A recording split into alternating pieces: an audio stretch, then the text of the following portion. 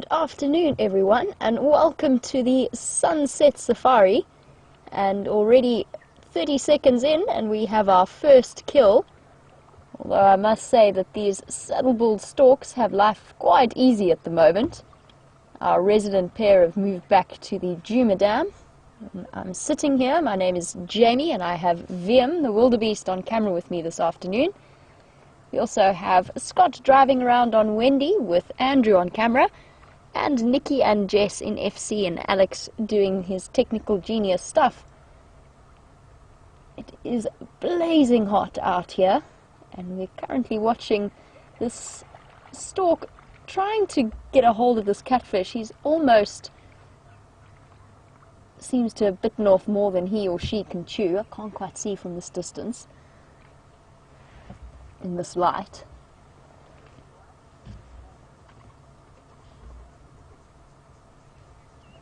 It is 31 degrees centigrade, which is 87 degrees Fahrenheit. It is very, very warm, and the water hole is slowly shrinking and making life very, very easy for these saddle-bulled as well as the fish eagle. I'm watching patiently to see, just like that fish eagle, if it's going to come flying down and try and snatch the saddle-bull's kill away, just like it did the last time or that time with Scott a couple of weeks ago. He is struggling there to try and get that at the right angle to swallow it. It's enormous.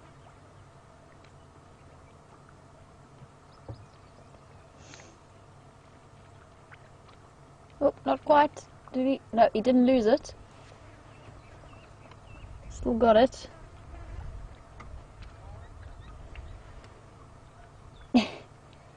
It's not proving to be an easy meal.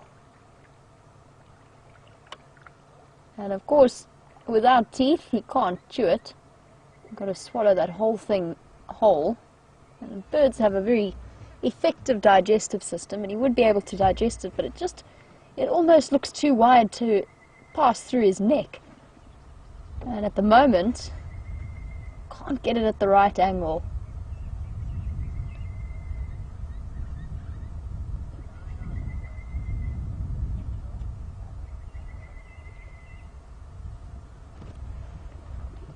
Still struggling. This is proving to be a tremendously protracted affair.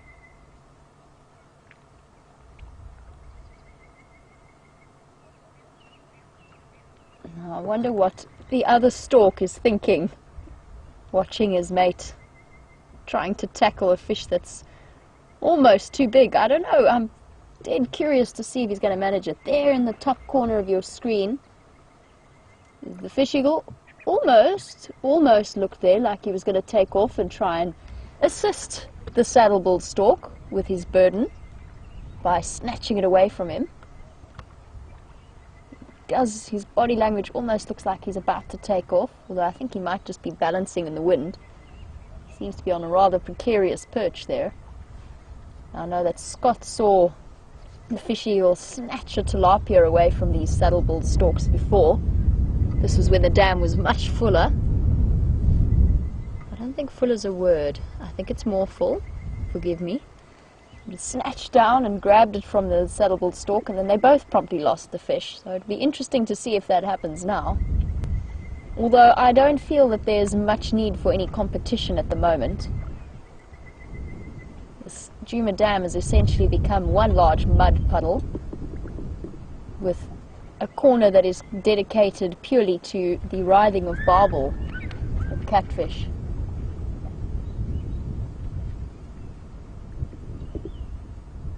Luckily there's a bit of a breeze to cool us down while we sit here. Still hasn't managed.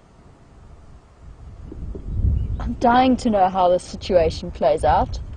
Is the stork going to manage to swallow an enormous fish like this? I don't know. So far it appears to be repeating the same process over and over again. Just getting it into almost the right alignment and then dropping it down again. To be fair, it does look like quite the daunting size. Oh, dropped it again. This is amazing to watch.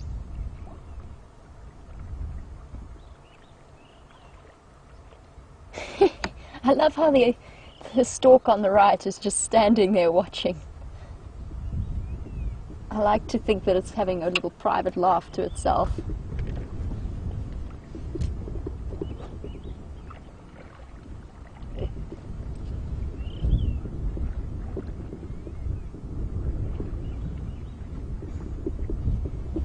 Now, the nice thing about saddlebill storks is that you can tell the difference between male and female, somewhat unusually for most of the stork family.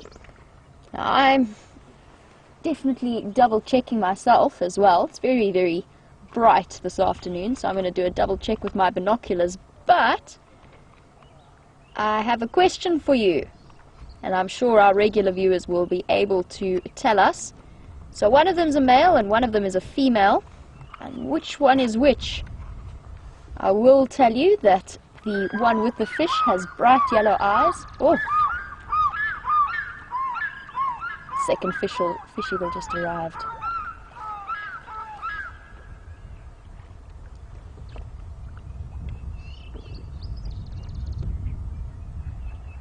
That was amazing. The mated pair that lives around here just reaffirming their bond. Oh, but what has happened? Has the stork given up? Or is that... I got completely distracted by the fish eagle. But I think it might have managed, judging by the swallowing motions it's just done. How on earth did it do that? Oh, looking very pleased with itself. Now, to finish the question, the one with the fish has yellow eyes, or the one that had the fish had yellow eyes. The one on the other side has darker eyes. And for our regular viewers, please tell me which one is male and which one is female. And you can send those answers through to #SafariLive on Twitter, or you can email through to questions@wildearth.tv. And for any new viewers, it's not just answers to my quizzes that you can send through. You can also ask us any questions that might occur to you whilst you're watching. And you can do that on the same address. And we'd love to hear from you. And if you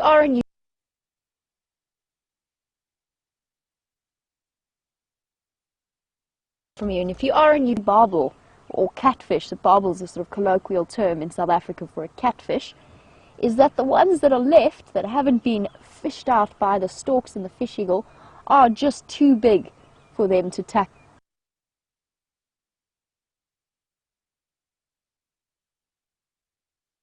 And I've seen some fish eagles flying with fish that look very big, but these ones are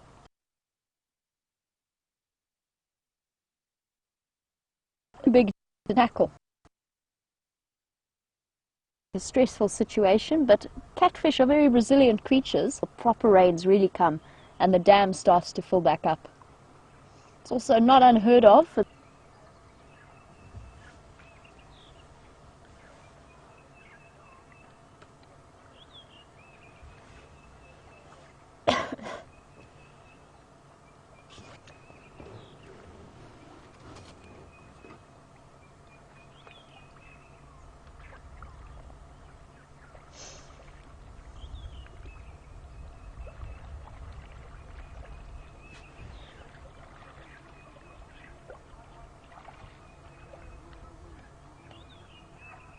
this connection is faulty here, so just let me know if... Okay.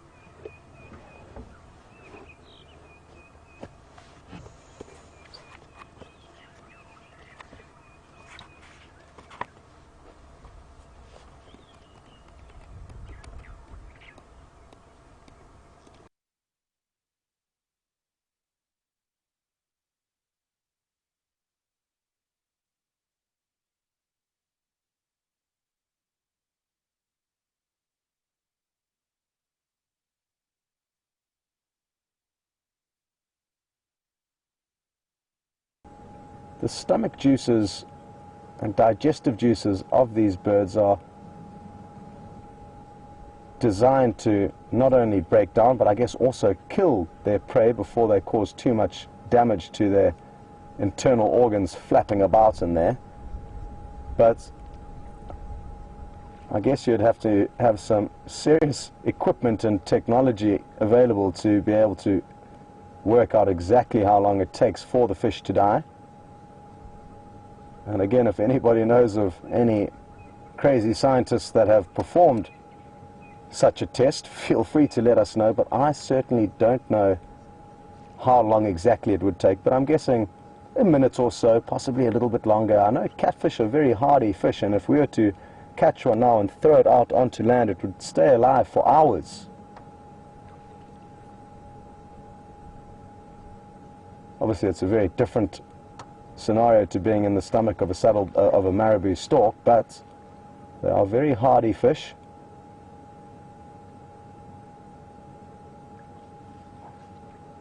I think every time it steps into a hole is when I think it's getting lucky.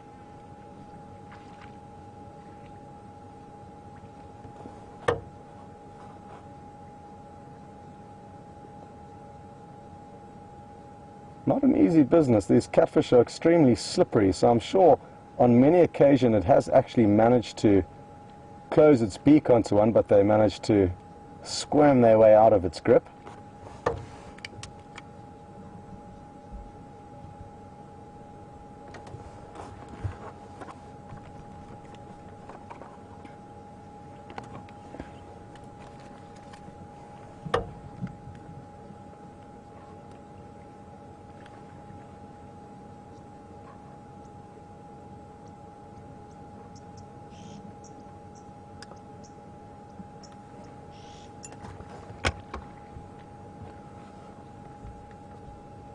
Well, apologies to Hilde in Belgium and Marga in the Netherlands.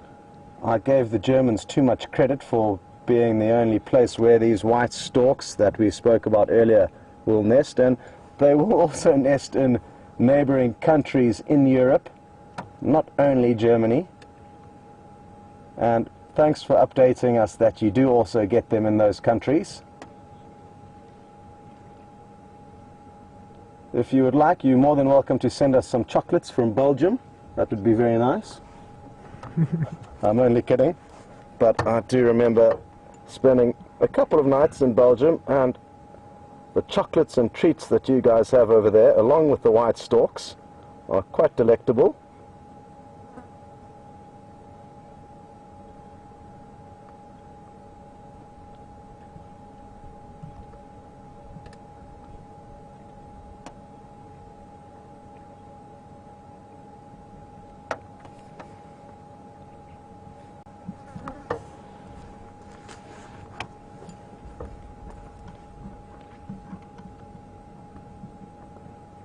Okay, well, great news. We're going to shoot you back onto Jamie's vehicle because she's found an antelope that we don't get to show you very often.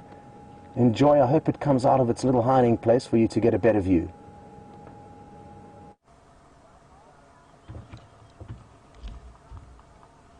Welcome back, and let's peer into the bushes intently to spot the antelope that we don't see often and might not see now, but let's try. Nature has a certain, or the bush has a certain way of teaching you a sense of irony, and if you don't have it, then it will certainly make sure you do. Let's creep forward, see if we can find us our bushbuck. Oh, I think I spot them. I think I spot them. Is there a gap there, Björn? There. Okay, let's try there. How's that? There we go. The little shy and secretive bushbuck that we hardly ever see on our live safaris. There's not that many of them wandering around here, although there are plenty of perfect drainage lines for them to hide about in. A sort of younger cousin of the Inyala. And I think in this area they're quite outcompeted by the Inyala. There's lots of them. But there you see the little male. There's actually two males out at the back. And VM tells me that they live outside his window He watches them on a fairly regular basis at the DRC. I've seen them a couple of times when we come home from the sunrise safari or the sunset safari. I'm going to shift forward a little bit because I've got a view of his face. I'm hoping he'll stay so you can see them. They're beautiful little things.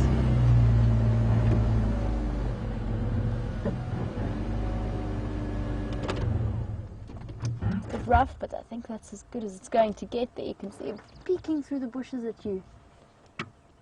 And try and have a look when he starts to move for those little white dots on his bottom that make him a bushbuck. So the smallest member of the spiral horned family, and definitely one of the cutest, and probably responsible for quite a few of my heart attacks whilst walking in the bush, especially whilst walking in a river. And I remember doing a river cleanup once a year ago, just after the floods, once the rivers had washed a load of rubbish down from further upstream. And we went to the rivers to try and clear them out. And I think in maybe a 500-meter stretch, maybe a little bit longer, I was walking ahead to make sure the path was clear and not any animals waiting to ambush us. I counted 10 bushbuck that shot out and surprised me, one of whom came galloping straight at me because it didn't know where it was going. But the final encounter was probably my favorite bushbuck encounter to date, and the mom had jumped away, and there was a tiny, tiny little newborn bushbuck, not quite newborn, but maybe a week or two old, and it got a fright, and it stood and stared at me for ages, just completely frozen, hoping I hadn't noticed it.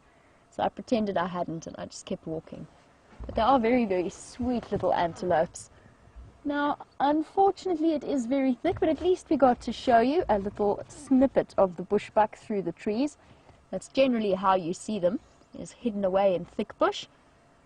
And whilst I continue on my mission to find you other things, let's head back across to Scott, and I will catch up with you a little bit later.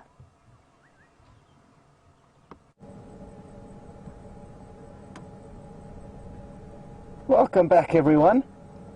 And glad that you got a glimpse of the bushbuck. You may be wondering what these funny poles are doing in this marula tree, as well as a few little pieces of wire. Well, that was the treehouse many moons ago. I'm not too sure when it was last operational. It's never been more than what you can see now since I arrived about 1 year ago. And I have spoken that it might be worth us resurrecting the treehouse. It would be wonderful to come and sleep out here on the warm summer nights. But that is the remnants of the treehouse after which this waterhole is named. So we thought we'd just give you a little glimpse of that. And we naturally haven't gone anywhere because we are still here at the treehouse waterhole, watching eagerly as this marabou stork continues to hunt. I'm not interested in going anywhere just yet. I'm confident it's going to get lucky eventually, and because it's so hot everywhere else, I think this is going to be our best action for the next while. Take a closer look.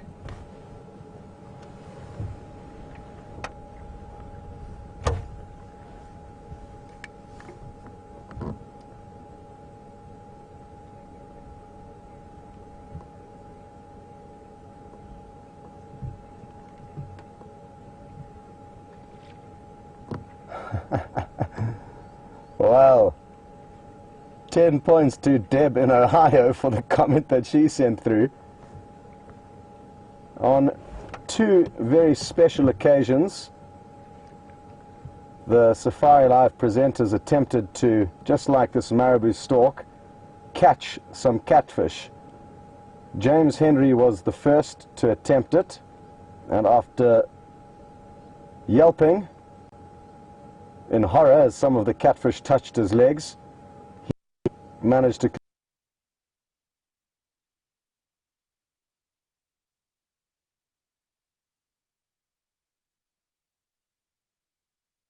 and it was incredibly tiring sludging through the waterhole. Maybe what we'll have to do is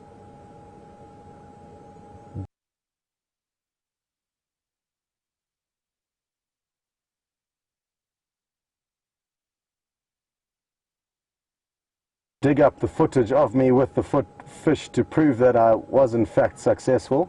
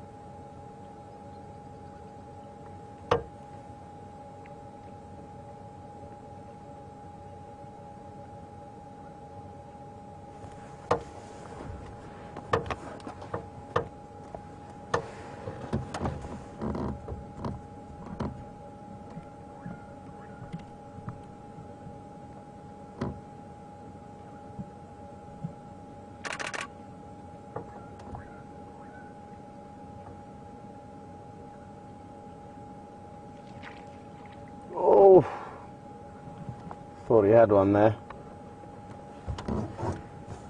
I'm told the stream is a little bit wobbly at the moment, everyone, so that's why I'm not saying anything, if you can hear me. So just be patient. I'm sure our technical wizards are fighting off the demons that are attacking the wavelengths that are getting this picture to you.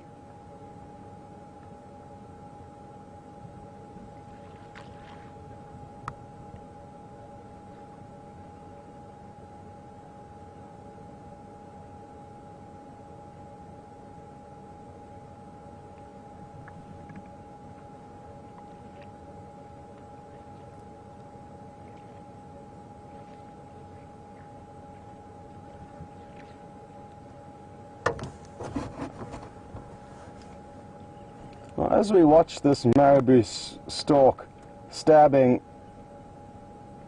his beak rather blindly into the water, hoping to latch onto a fish, Dennis in Lakeville has got my little brain churning over, because he's asked, do herons and egrets,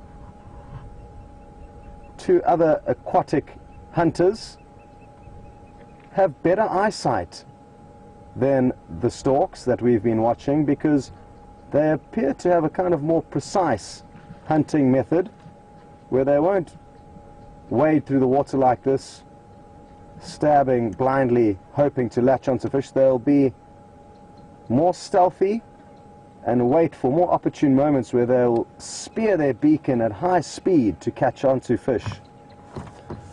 And I'm not too sure if it's their eyesight or simply their technique that's different, Dennis. The reason I say that is that the waters that they are all hunting in are equally as muddy and murky. And unless you had X-ray vision, it doesn't matter how good your eyesight is, because it would be impossible to see below the surface.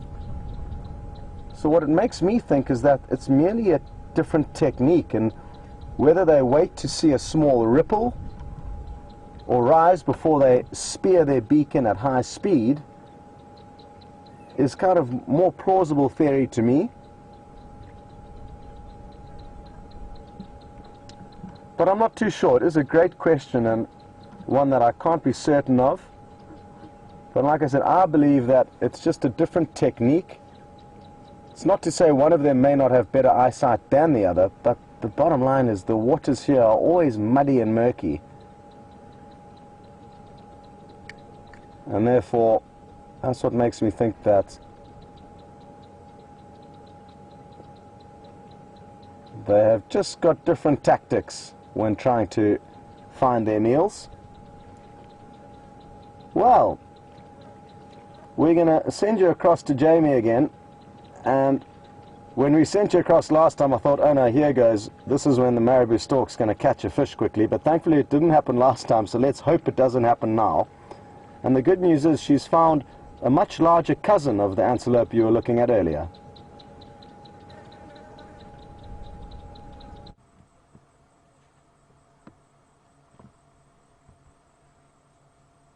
Welcome back. And from the smallest family of the spiral-horned antelope to the second largest, got a very sweet collection of female kudus here, perfectly backlit by the sun. And just take this opportunity to look at how fluffy they are. The sun highlights it perfectly. Look at the ridge of hair on the back there.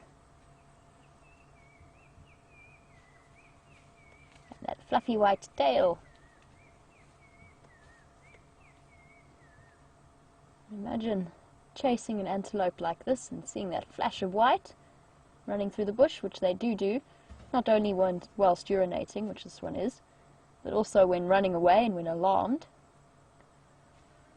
And the predators focus in on that tail, and then the kudu can jump and run and then hide and drop their tail, and they almost disappear from view. Much like they are attempting to do now.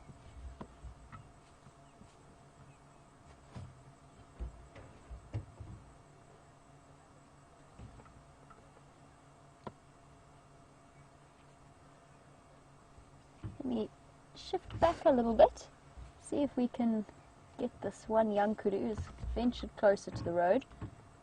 The nice thing is I'm on a slope, so I don't have to turn the car engine on to do it. There you go, you can see it at the back there. It's alright, little one.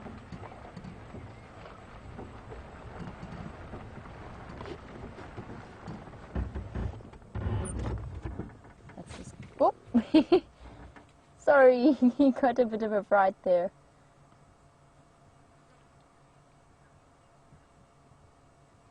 And they are definitely trying to choose the shadier patches. They're going to move into the drainage line soon. When we first arrived, they were doing, a couple of them were standing on a termite mound, munching away at the nutrients on there. It's nice to pick and choose what you eat. Okay, so we're almost at the top of Gallagher's shortcut, reaching Buffelshoek Cutline.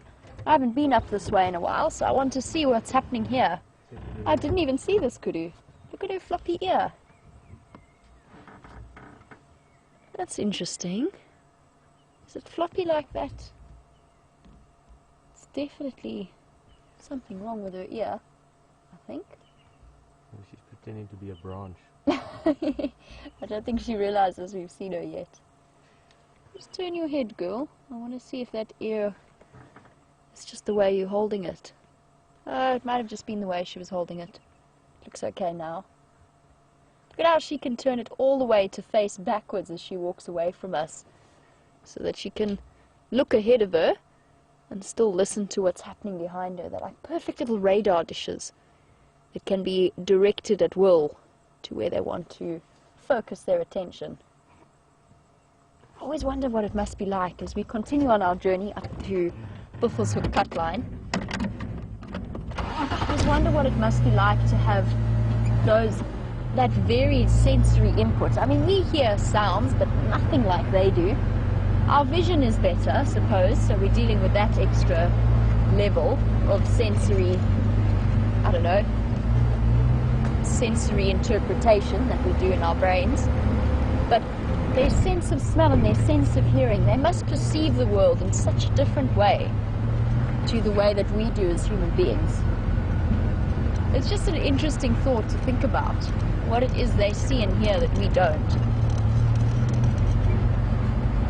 And smell.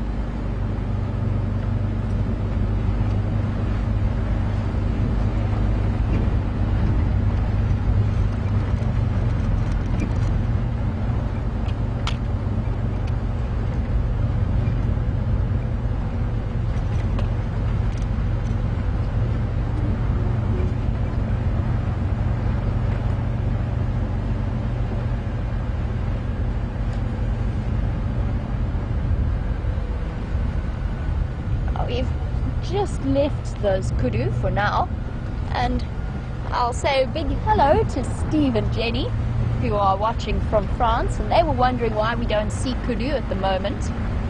Might be a coincidence more than anything else. I don't think it's necessarily environmental based. It could be that because they've got more access to green leaves, they're slightly further distributed than they might have been. Before, they were probably quite closely clustered around drainage lines, because that's where the last of the nice green nutrient leaves are. So that could be one reason. They've got more options, so they can spread themselves further out in the bush and nibble on the green leaves. But beyond that, I haven't really noticed a dip so much in kudu. I have in other things like zebra and wildebeest. I've hardly seen any. And buffalo as well. It's been a while since I've seen a large breeding herd of buffalo, and I commented on it, and I'm sure you two were watching just before we went to those lionesses at the dam. We commented on the fact that I haven't seen as many Duggar boys or those old male buffaloes either. So I'm not too sure about kudu. I think that they are still around. I'm checking Buffelshoek boundary very carefully for tracks. Oh, hold on, stand by. That was interesting as I said that. There's leopard tracks here.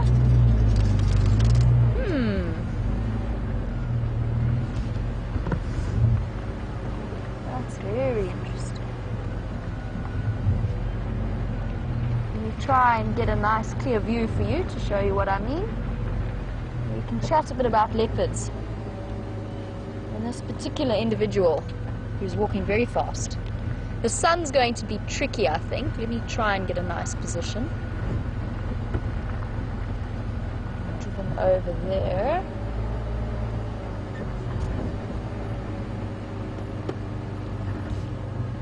These are fresh looking to me. They've been driven over, but that doesn't tell me much because this is a very busy road. I think you'll be able to get that one, those ones there, well, at least if I move a bit to the side. Okay.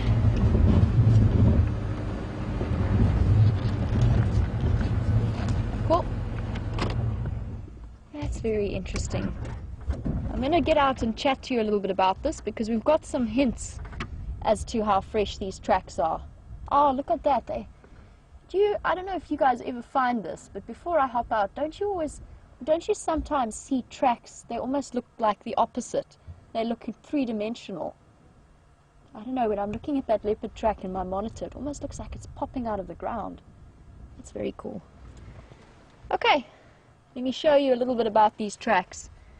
And we can try and figure out what went on here. I'm going to say male for these particular tracks. But young male. They're not a big male's tracks. Which one are we looking at? Are we here? Cool. Cool. So,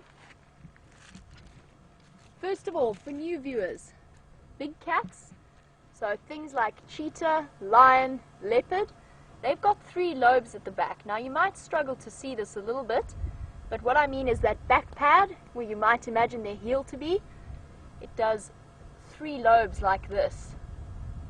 Whereas hyenas and wild dogs only have 2 that go like that. Now the reason I know this is a leopard is just sheer size. If this was a lion, it would be a cub, and it's on its own, so it is definitely a leopard. And it's not sharp like a cheetah, and it doesn't have claws like a cheetah would. I'm saying male. It could be a big female. It's a possibility, but I'm thinking young male. This is his front foot, and this is his back foot. And the reason I know that is the front foot is big and round, the back foot is slightly more oblong. So if I draw a perfect little neat circle around here, that's his front foot. His back foot is smaller and more elliptical in shape. Might be a little bit tricky to see in this light. Now his front foot, this is his front left foot, his middle toe is here. His front foot is fallen here, and his back foot is fallen here. And that tells me another important thing. These tracks, this leopard was moving fast. It was moving at quite a high speed, typically because they're silent creatures. Their back track falls on top of their front track when they're walking normally, and it just helps to make it a little bit quieter. But in this case, he's stretching out, so his back foot is moving in front of him. And you can almost picture him moving down this really long, busy road and wanting to get off it as quickly as possible. And especially because it is downhill slightly, so he moves even faster because of gravity. He just heads down there. Okay, now we've got to figure out where he goes, and most importantly, that he goes into Djuma, because over here is Buffelshoek. We can't follow him that way.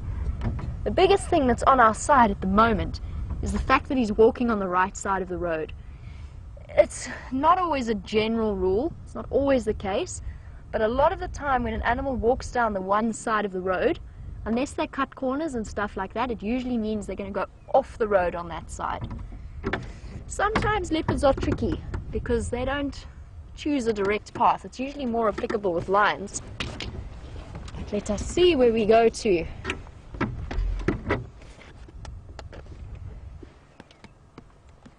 I wonder who it could be. I wonder if it's that mystery male that we've been seeing on Buffelshoek.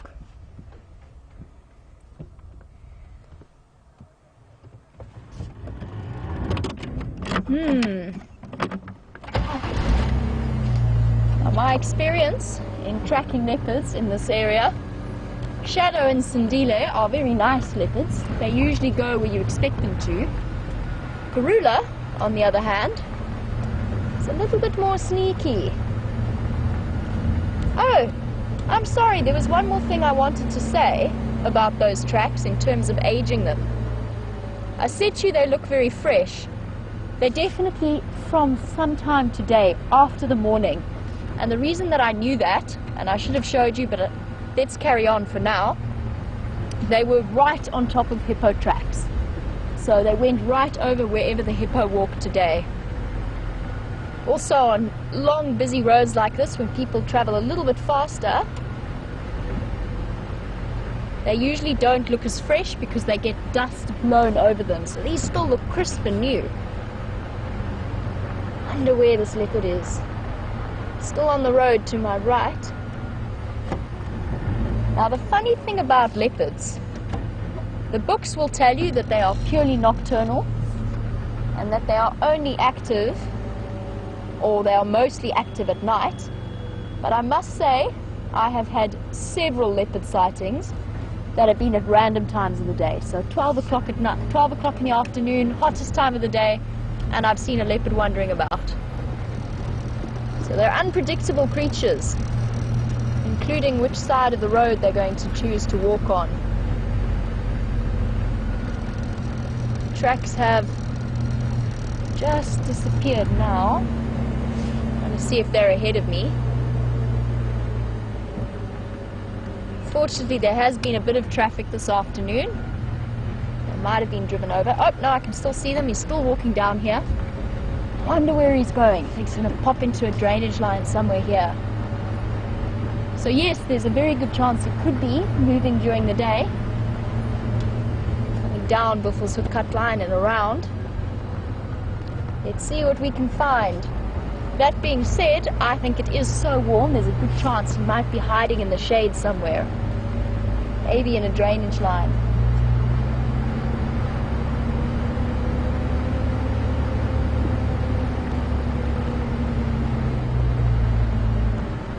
I think his tracks have gone off already. Now we play a little bit of a game as to where he might be going. I think he's going into this drainage line.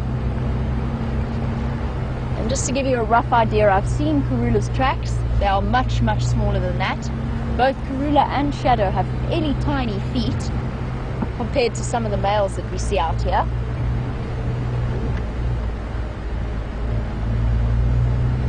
Nope, his tracks have definitely come off, unless they're... Liam, do you see any that side? I don't think so. No, I think he's gone off, and I think it's time we take that link. Yeah. You got him? Yeah. Still coming down this way. Oh, okay, that's interesting. So still on the road, still on Buffels Hook Cut Line. Luckily, the wildebeest has eyes like a hawk in terms of spotting things. I wonder where this mysterious leopard has gone to, or who it is, who it might be.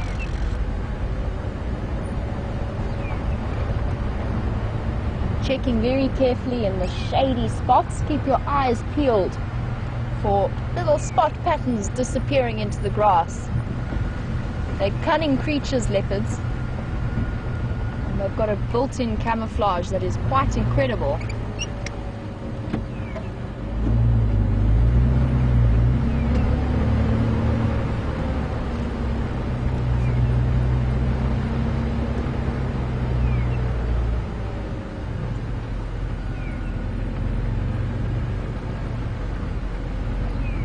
This is the problem now.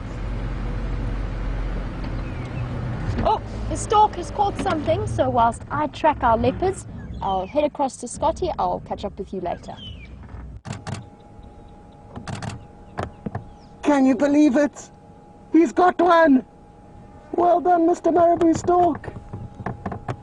And it's a perfect size. He shouldn't have any problem swallowing this. I'm guessing it's considerably smaller than the one that you saw with the saddleboard stork and Jamie. And watch closely here. Here goes. Head first is always the way they do it. You may try and crush its head to kill it beforehand, but I can assure you it's not an easy job killing these catfish. They've got very, very hard heads.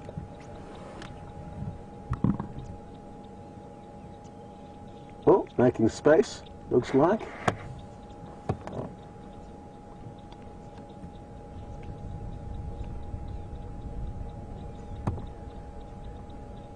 Don't carry it back into the water, it's dangerous there. If you drop it, it will swim away. I can't resist but take some photographs. I've never actually seen a saddle-billed stork catch a catfish before, so this is a first for me. Sorry, a marabou stork, not a saddle-billed stork, I think I just said. Ooh, risky business. Get back onto the dry land. Ooh. I think it's safe over there. I'm just looking up into the sky to make sure no sneaky fish eagles are coming in to try and steal it. But even if they are, we will not film them, as if we miss both storks swallowing their catfish this afternoon, it will be a travesty.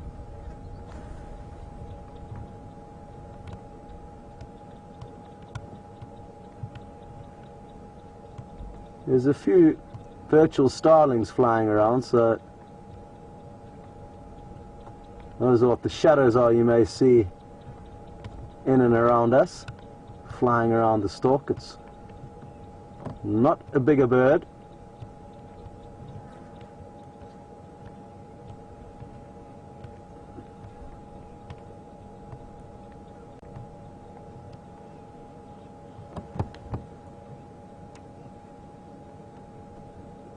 There we go, you can see it's pecking its head, trying to kill it. So I guess this helps to answer the questions asked earlier about them swallowing their prey alive. They do try as best as possible to kill them, but not an easy business.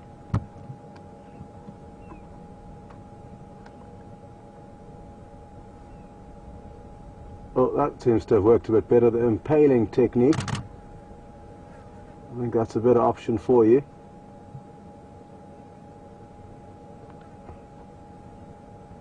I wonder how many catfish it needs to feed on a day. Oh, here it goes. No, thinking twice about it.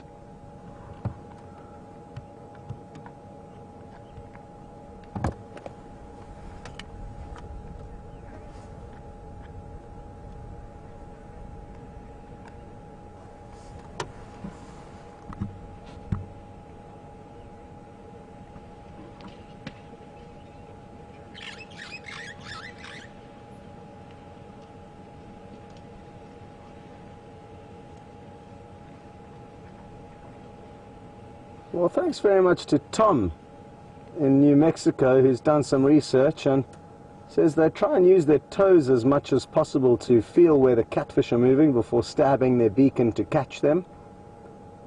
And then after catching them, you've seen that they do try and kill them, or at least maim them as much as possible before swallowing them. Oh, has he just regurgitated it? I'm fairly certain he swallowed it earlier, but maybe I just lost concentration. But thanks, Tom. And he also says that they usually don't live for much longer than a minute if they are swallowed partially alive. So those digestive juices do a quick job in finishing off their prey.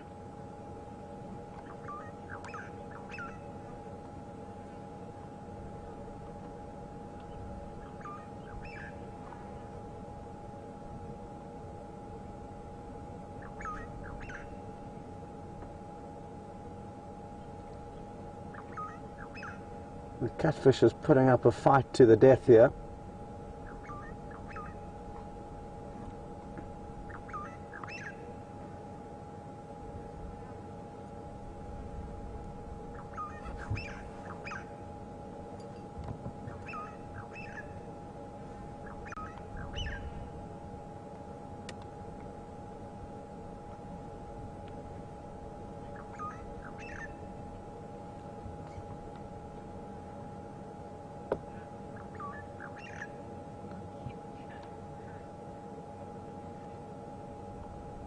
Well, I'm so glad we stayed an extra few minutes. We were thinking about heading off.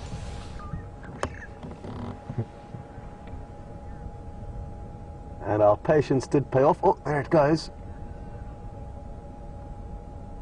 Well done, marabou stork. You've been hunting tirelessly in the hope that you would get one of these catfish, and your hard work and perseverance has paid off, and well done to you.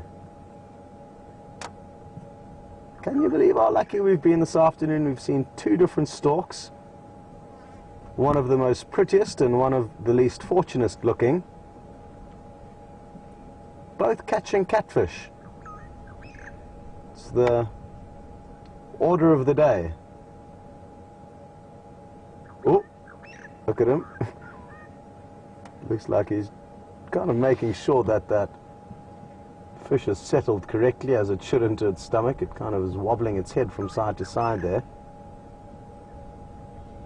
Oh. I could think of nothing worse than swallowing a partially live catfish. Imagine having to do that.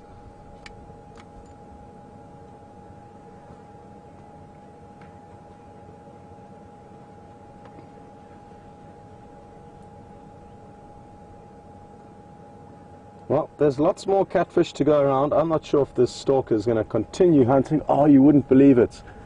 A fish eagle's just flown over. It may turn around and come back. Andrew's going for it. Yeah, it looks like it is. Well done, Andrew. It's a juvenile fish eagle, but it's arrived a few minutes late. It would have been an epic showdown to see the stork fighting off this fish eagle. Well done, Andrew. But like I said, thankfully, in the nick of time, the stork got to... Oh, it's teasing Andrew now, flying back into frame. It could well come and land in this dead tree, which is just up to our right, which will be a beautiful sequence. Or is he just checking out if there's any easy meals available? Let's keep watching for a second. Look at how beautiful the sunlight is on it.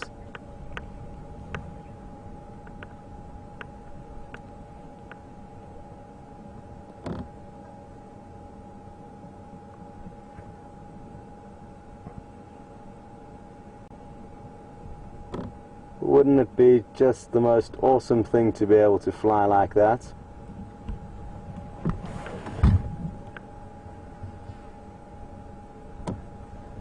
Sadly, that doesn't appear to be coming towards the tree, which I was hoping it would, but as soon as I say that and Andrew brings the camera back to me, it'll probably do just that.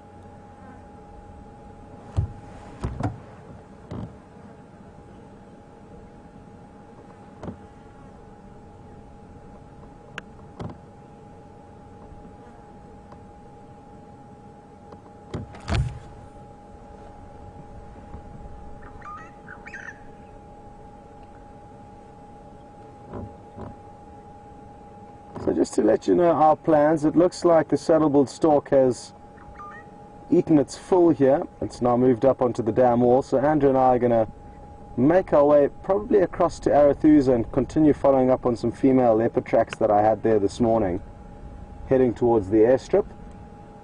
And we're going to send you across to Jamie, who's found yet some more animals that she would like to show you. Wasn't that such an awesome sighting though? I'm glad our patience paid off and glad that you guys all got to see that action.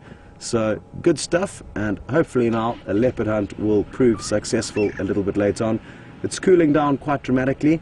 Every minute that goes by, and the cooler it becomes, the more likely it'll be that the leopards are going to start popping their heads up, making it a little bit easier for us to find them. But like I said, in the meantime, over to Jamie, and we'll catch up with you over on Arethusa a little bit later.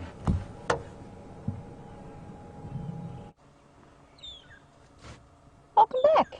And just as I was saying that I haven't seen zebra for a very long time, and I think they've all disappeared, we found some zebra.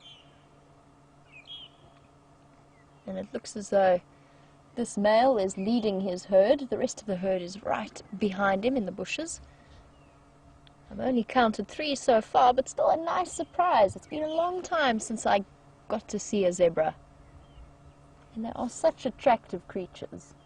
So photogenic. For new viewers, just because we have this wonderful view of his bottom, if he would kindly swish his tail for us in the next few moments, we can have a look. There you go, thank you. Look at the thin black stripe between the cheeks of his bottom. That is what tells us it's a male. It can be quite tricky to tell with zebras, but that's the giveaway. You can also sometimes see it in their behavior.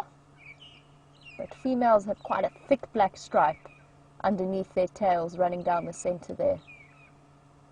But in males, that's nice and thin. So thank you, mister, for obliging us with that view. That was exactly what I wanted from you.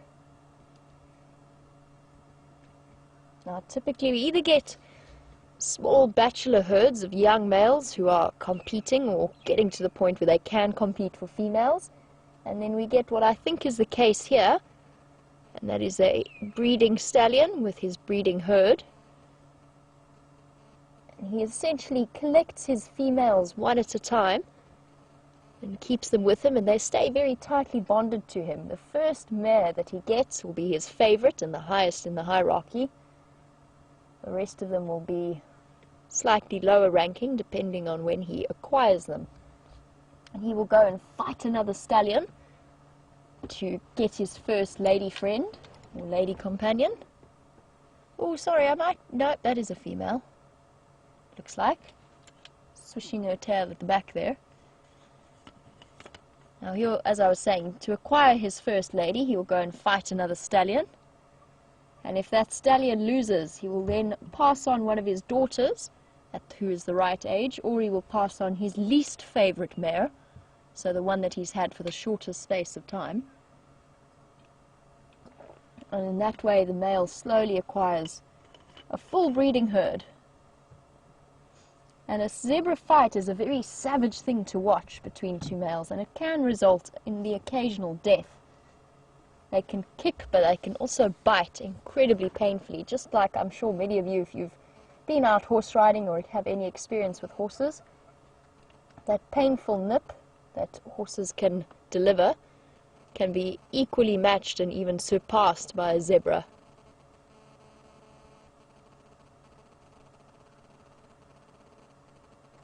Interesting. He, for a moment there, went completely still, including with his mouth full of grass. She's relaxed, though, the female that we're watching at the moment. Oh, no, they've both gone back to grazing. Okay. He might have just been slightly on edge he might have heard a sound off in the bushes. Now, in case you're wondering how the leopard tracking is going, unfortunately, it looks as though something just crossed in the road up ahead. Bear with me for one moment. I think it was a steenbok, but I'm not sure, but that's what he was looking at. It's not a leopard or he would have snorted. Something crossed in the road up ahead of us. We'll come back to our zebies. I think it was a steenbok, but we just never know. It was small and red-shaped. Red-shaped, red-coloured. Red's not a shape.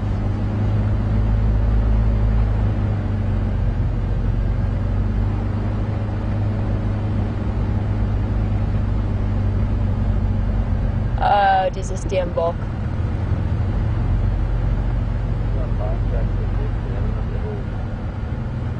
They're the old tracks. I did see them there. Ian's just pointing out some lion tracks, but I'm familiar with them. Hey, steenbokkie, wait. I want to prove that you exist. No, wait.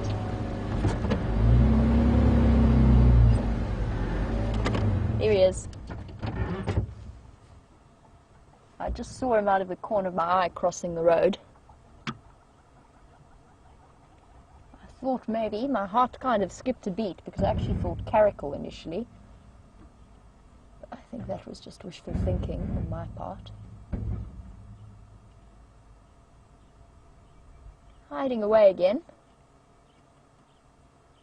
Right, well the steenboks are going to be around for a while to come. Let's just go back and finish up with our zebra. I just had to double check and see what it was that I'd seen crossing the road. But let's just roll back to our zebra.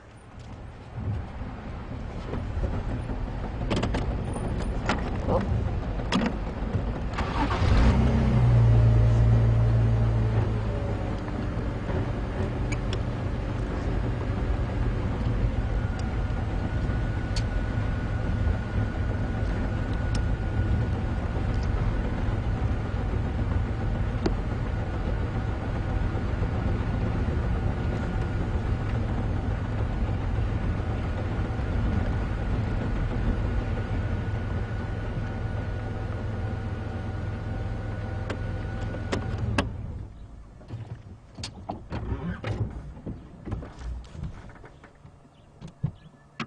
Right, so with a slight distraction from the steenbok up ahead, and I think that's what, when I said he was staring, I think that's what attracted his attention. And just while we're looking at these beautiful striped horses, it looks like our young male leopard tracks crossed into Buffelshoek. Now never fear, because although I thought they were fresh looking, Liam very carefully spotted the fact that there were civet tracks that walked through them.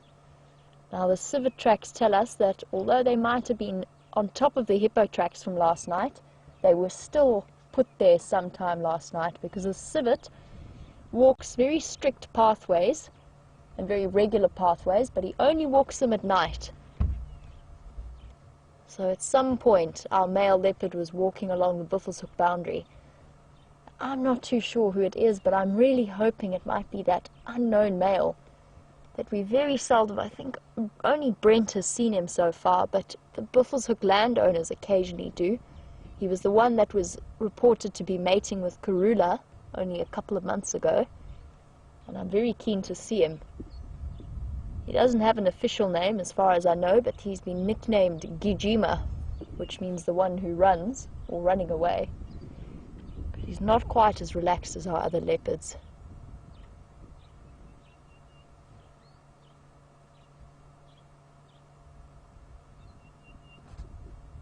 Well, I'm glad we managed to spot some zebra. It's been quite a long time. Been a good few weeks since I last saw a zebra.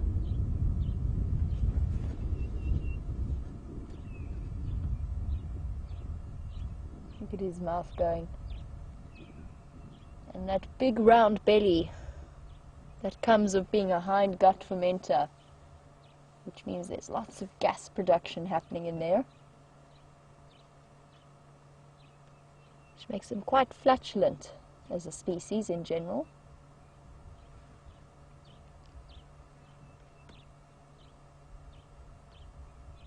It also gives him the ability to be a bit selective about the food that he eats.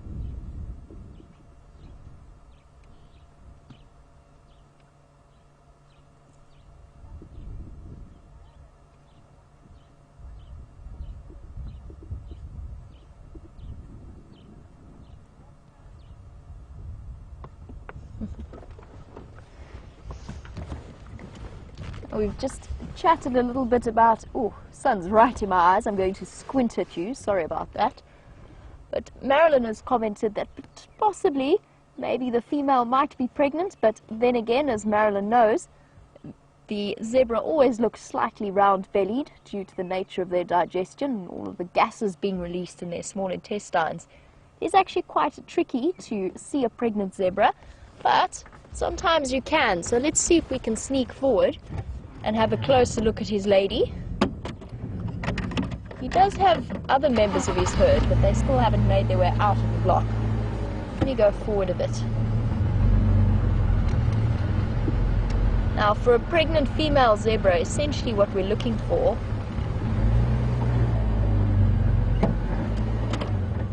is any bulges in odd places.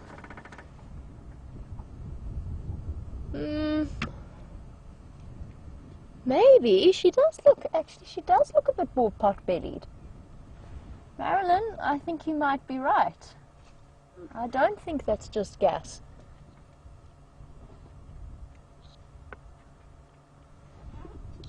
I think that could well be a little baby in there. She's moving behind the termite mound. Let me see if I can stay with her. Very well spotted. Very astute observation. Hello, lady. Are you busy growing a baby?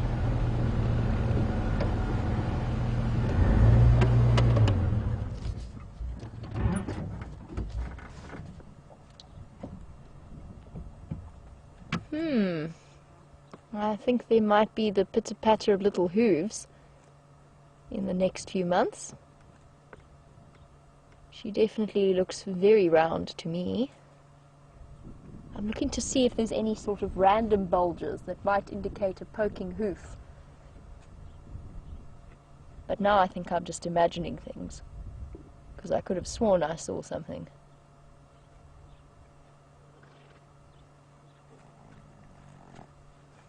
And there she let loose with a volley of the gas that we were talking about.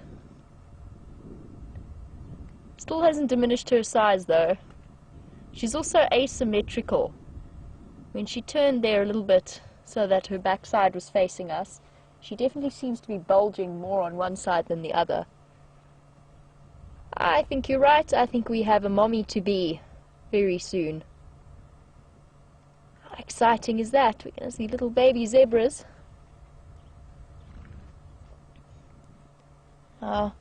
Zebras don't necessarily have a strict breeding season, but most of their babies will be born at this time of year or in the coming months after the rainy season. Just obviously so that mom can provide enough food for herself and to lactate. And they gestate for about 9 months. So same as a human. So that would put her, she must be fairly close to her time. She might be about 8 months or 7 months pregnant. Awesome. That's very nice to see. I wonder if she gets swollen ankles, or if they get swollen ankles like human beings do. She definitely doesn't look like it.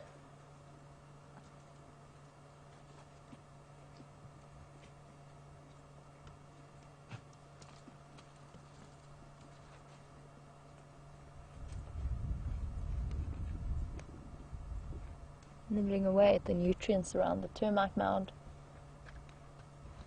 And looking really very pretty in this afternoon light.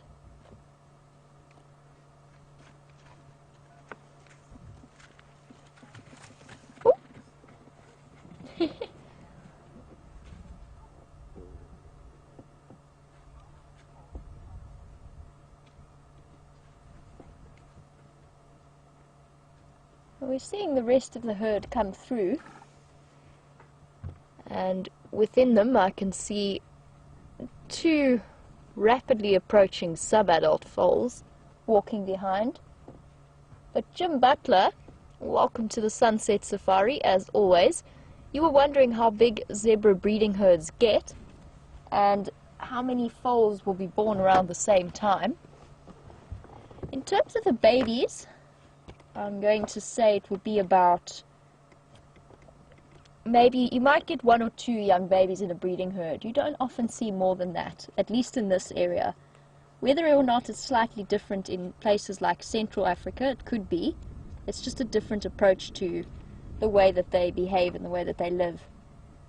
To answer your question about how many or how big a breeding herd gets, I would say generally my average that I've seen has been between 4 to 6 females within a harem. So 4 to 6 females. But what I'm doing for you quickly is just double checking.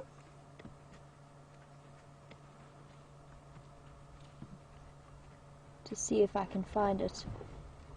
Okay.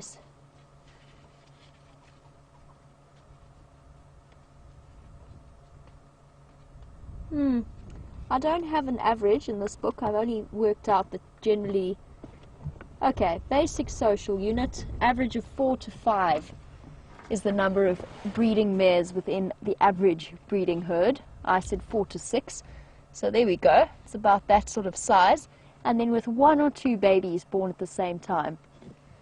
And the babies need a lot of care and protection, and the whole herd, especially the stallion, will play a role in protecting them. There goes our slightly larger than normal lady onto the road.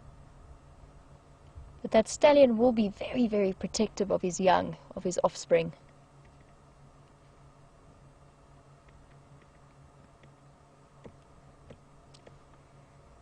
Now these little ones that are coming through, I'll just see if they're going to come out nice and into the open as she disappears into Buffelshoek. But just to chat a little bit about zebra foals. Now they're born as most of the sort of the prey animals out here, most of the herbivores, they need to be up and about and on those feet as quickly as possible so that they can keep up with their parents and escape any predators that might follow them. So for little zebras, that time of life in the first few months is so dangerous but they're up and about within a few minutes after birth, and then eating solid food within a few weeks, but still suckling, and they're only fully weaned at about 11 months old. So as with a lot of big animals out here, they do invest a lot of energy into raising one single offspring, each female, each year. And in fact that means, because they're only weaned at 11 months, here we go, skittering across the road there, because they're only weaned at 11 months, it means that the females cannot have a baby every single year. Might be a year and a half to 2 years. So to get back to Jim's question, now that I'm thinking about it properly, if the females average between 4 to 5 in a harem, it makes sense that you only have maybe 1 or 2 babies at a time, because then they are suckled, then the others might have the next few at the same age, and so on and so forth. So they can't reproduce every single year exactly. And then they've still got to gestate for 9 months. There we go, answer to Jim's question. We'll just sneak forward to get our last few views of these zebra.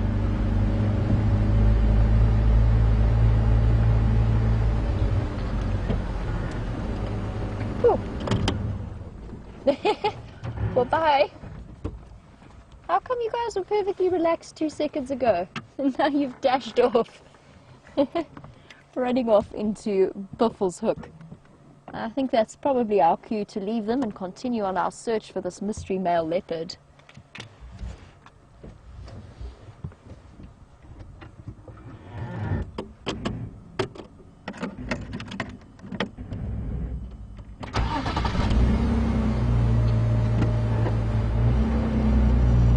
Look at that moon! Oh, that's going to be beautiful. I'm going to stop for 1 minute so we can really look at that properly. We're going to jerk a little bit, sorry. That was my fault, not wildebeest's. Look at that beautiful moon that wildebeest has spotted. Oh, I'm so excited. It must be full moon tomorrow night. And apparently there's a whole lunar eclipse happening first thing in the morning, and it's a supermoon.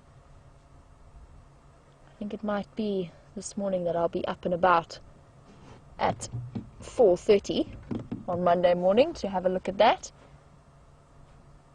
I'm just going to, while we continue on our way towards Buffelshoek Dam, I'm just going to hop on the Game Drive channel. I think somebody's calling me.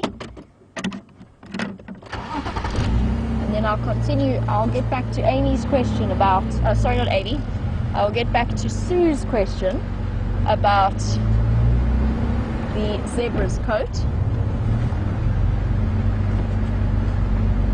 Yeah, standing by.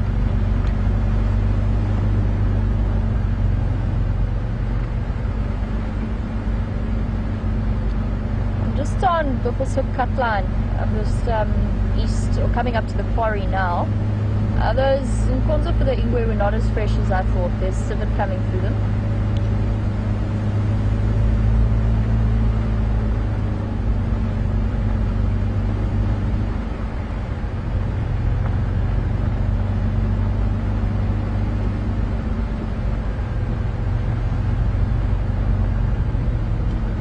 Looks as though they've come a bit north into Buffelshoek. I've just noticed that now. I might have missed them if they've crossed south, but it looked like they went off north. Just letting Ephraim know where those leopard tracks were, just because he's got to share in the approach, and of course he can go into Buffelshoek, so he has a better chance of following up from that side. You still got him? Yeah, there was another one.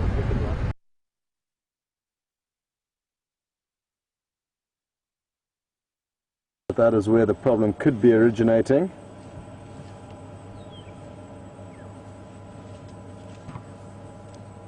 And it's important for all of us to remember and be grateful for the geniuses that are part of our team, because the stuff that they managed to pull off to get this picture to you boggles my mind. I don't even understand the first steps of it, but thankfully that's not my job. Oh, good news, it sounds like picture's back. Thanks, Karen, who's our eyes and ears and support in America. So that's good news. And I guess it's now time to reposition to try and get you a slightly better view of the elephant, which is down in a bit of a donga. I'm not sure if donga is a word that's used globally, but it basically means a ditch or a hole in the ground.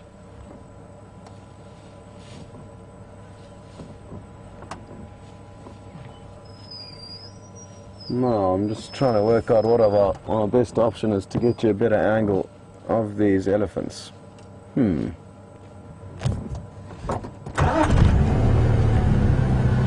Welcome back.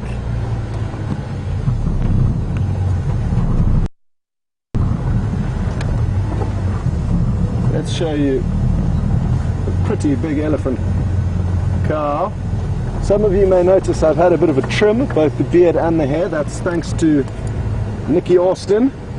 She's been employed now as my barber. I used to cut my hair and my beard myself,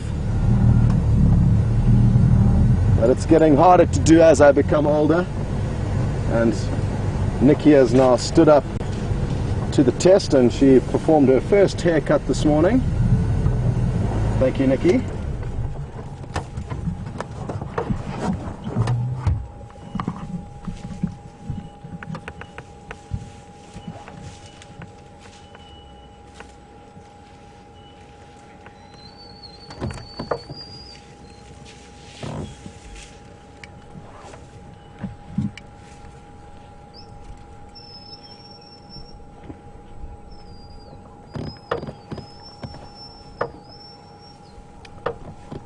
Now, I'm not actually sure how many elephants are in this herd. We've been spending time with these two, but there were probably about 4 or 5 that we saw. They're all scattered out and dispersed around us here. And it's just remarkable how quickly all of the vegetation is booming with growth. And each day it's becoming more and more tricky to see further off the roads.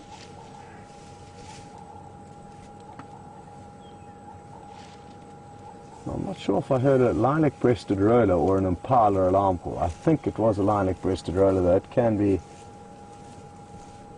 a sound that one confuses with one another. I got extremely excited. I mean, there is a good chance that the female leopard that was seen crossing the Arethusa airstrip at 11 o'clock today is in this general area. I'm guessing it's shadow. There is a chance that it could be Kwatile.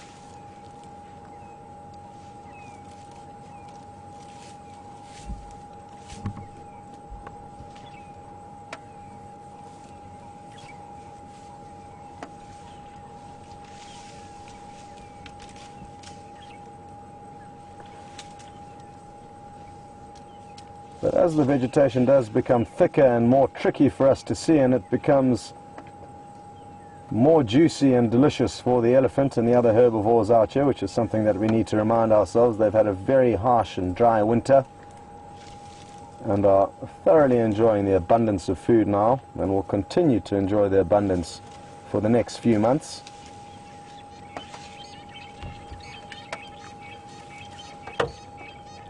Those are some fork-tailed drongos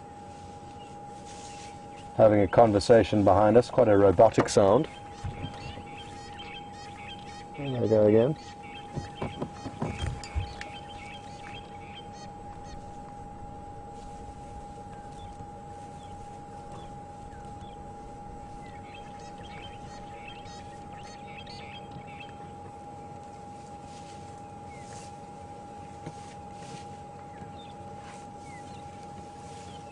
Now, I did touch on briefly what I meant by a donga, and I'm actually not sure where or which language the word originates from, but it's certainly a commonly used term and understood term in South Africa.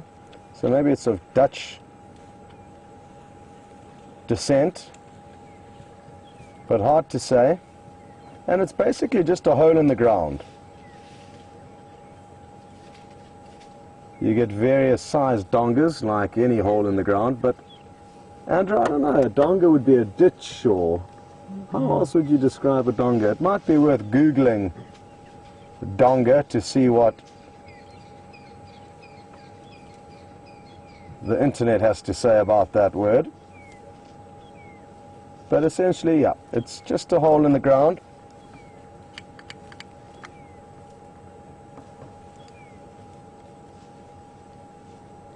And Paul was interested to know a little bit more about that.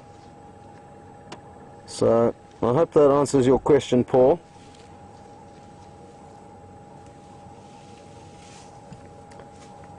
Another word that we use out here in Africa is a koppie. K-O-P-J-E is the spelling, I think. And a koppie is basically a rocky outcrop, again of various sizes. But that's another quite commonly used word, especially on safari.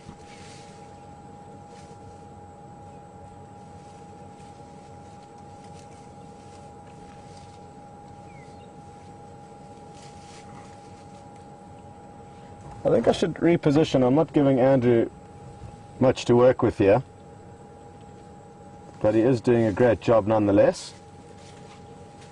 But I've got a little bit lazy and I'm not taking into consideration his job, which is to provide you with beautiful images. Apologies for that, Andrew. Okay.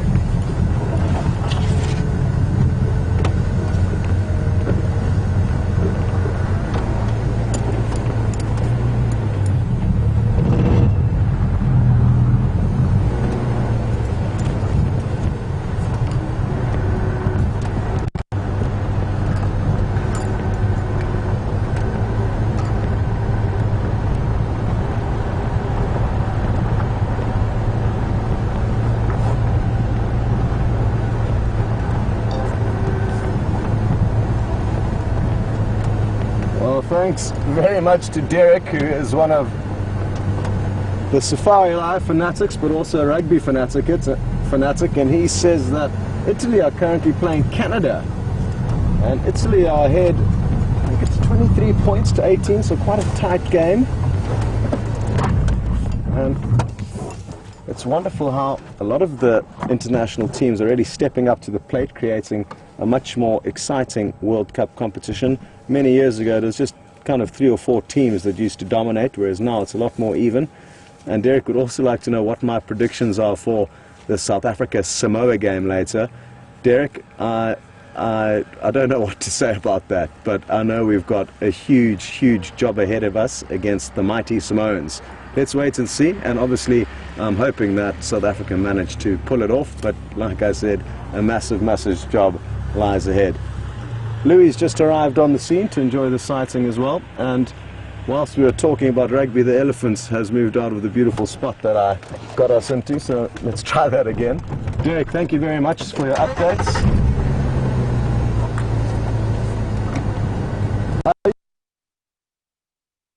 Back in my youth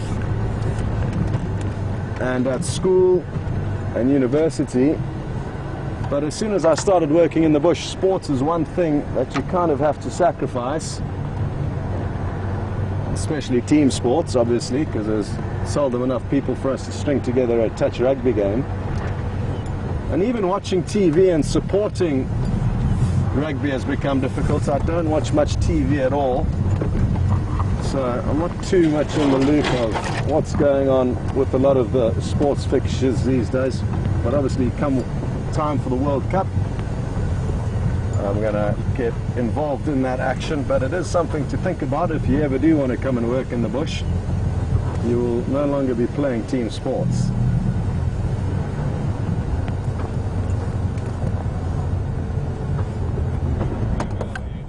I think it's fair to say we are entering the golden hour now. We get soft, beautiful sunlight, and we are in for some wonderful shots here, I'm sure. Cape turtle dove is calling again in the background. But like so often, the feathered friends let us down. It's just stopped calling again. At least this bird didn't cause me to crash into a tree like a few days ago.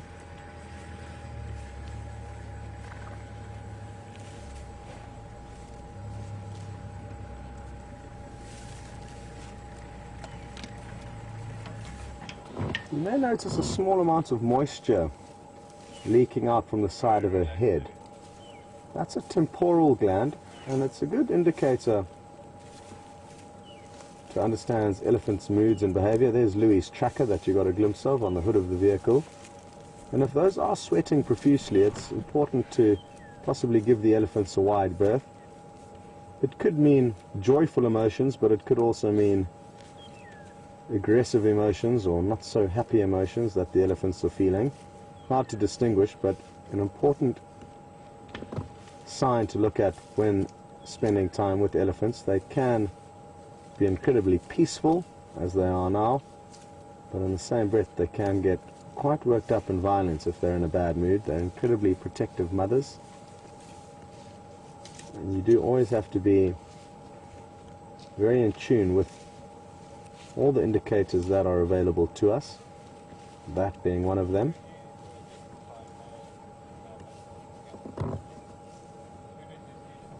As Andrew zooms out, I think we may get a glimpse of this moon that is waxing at the moment. There it is.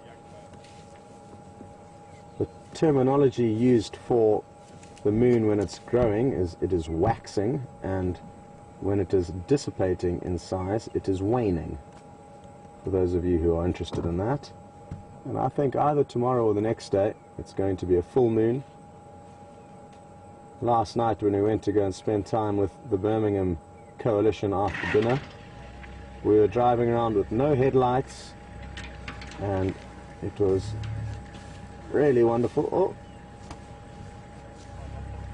that young bull got a little bit excited there, not too sure what about. That's why Andrew tried to shoot you in to work out what was going on.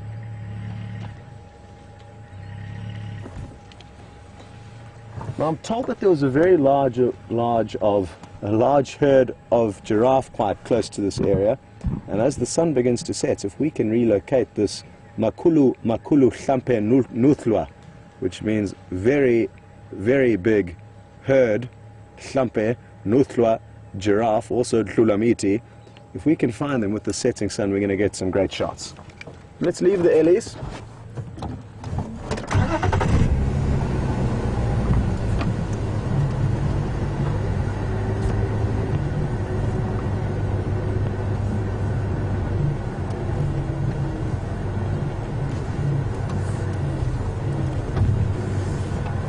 Well, thanks very much to MJ and Donna. They're going to help me answer Paul's question a lot better about what exactly is a donga.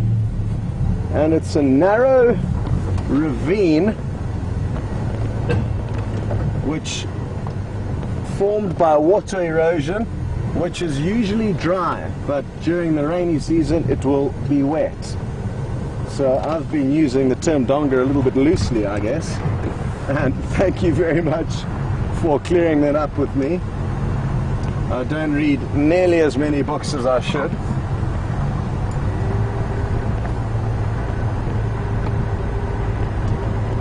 And that's probably why my vocab is not the best. Anyway, let's go on a giraffe hunt. That is something that I am better at doing, better than reading books. I can look for giraffe happily, day in, day out, or any animals really. I'm told they were just a little bit west of us when we found that herd of elephants, and we hardly moved from when we found them to when we left a few minutes ago. I'm just going to check the road carefully and see if there's no sign of where these giraffe have crossed.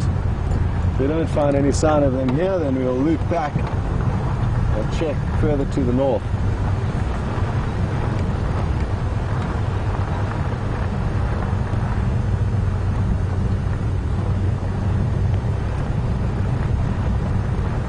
Okay, well, it could be a few minutes before we find these giraffes, or we may not find them at all.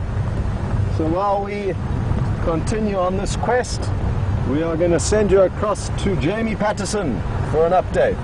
Enjoy.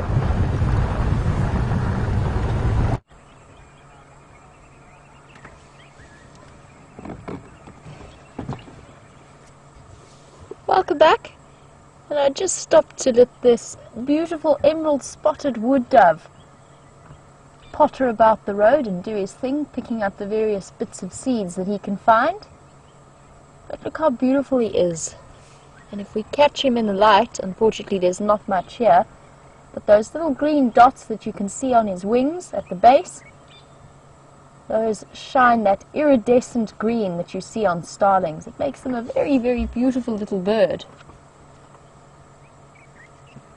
And in local cultures, strangely enough, their call is believed to be very bad luck to listen through all of the whole call in total. It's believed that if you do, something bad might happen to your family. Very strange belief. It is a very long call, and supposedly it sounds like, I'm sad, sad, sad, sad, sad, sad. I'm not sure that that's what I hear when I hear the emerald-spotted wood dove call, but it is a sound that we hear very regularly out in the bush. I'm just going to look for a picture quickly to show you the different types that we get. Now, this is a little bird that we're looking at with those emerald spots at the base of its wings there.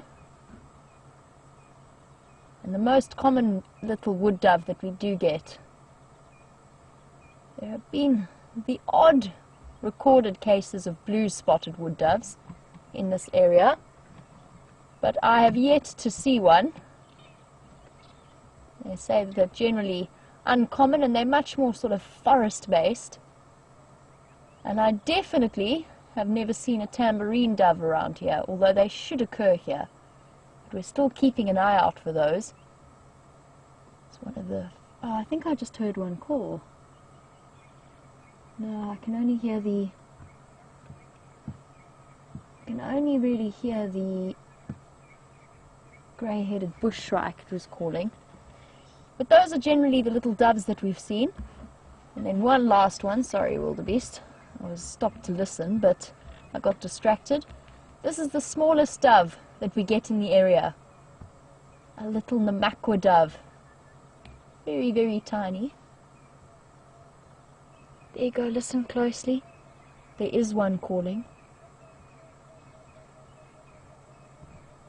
Sad, sad, sad, sad, sad, sad, sad, sad.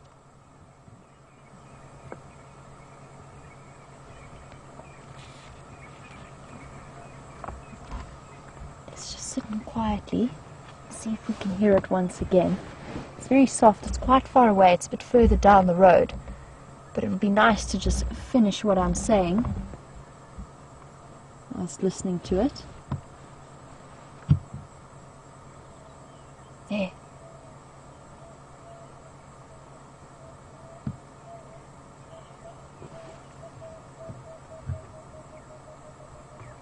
Go, go, go, go, go, go, go. There you go, that's what I'm talking about. That's the call of the emerald-spotted wood dove. And I suppose it does sound a little bit mournful, but that's what we were listening for.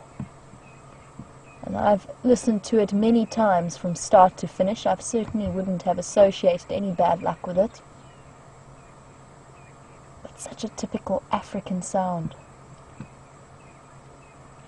And what a beautiful evening this is turning out to be.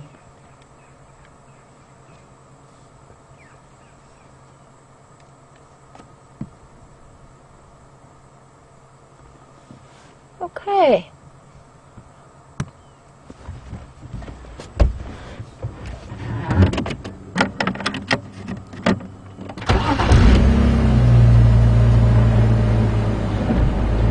Our little wood dove has disappeared off somewhere down the road. I'm not sure where he went.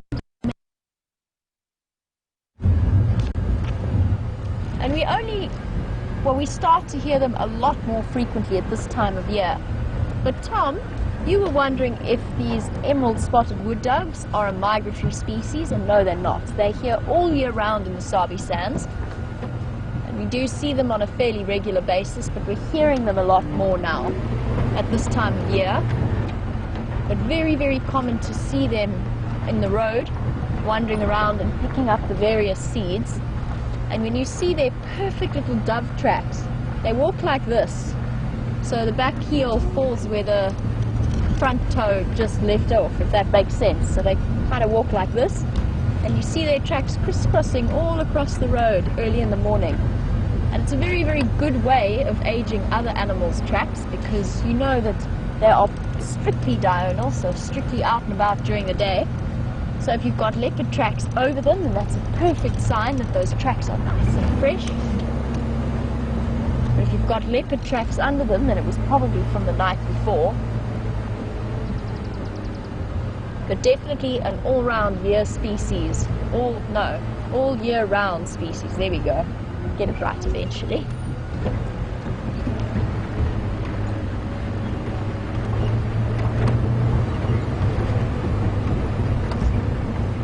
Coming now to the cooler times of the day. Taxon is also on his way. I bumped into Taxon at Buffelshoek Dam. I did go and check there for the leopards, but Taxon was there first and he said no sign of him there. We're still doing a bit of exploration.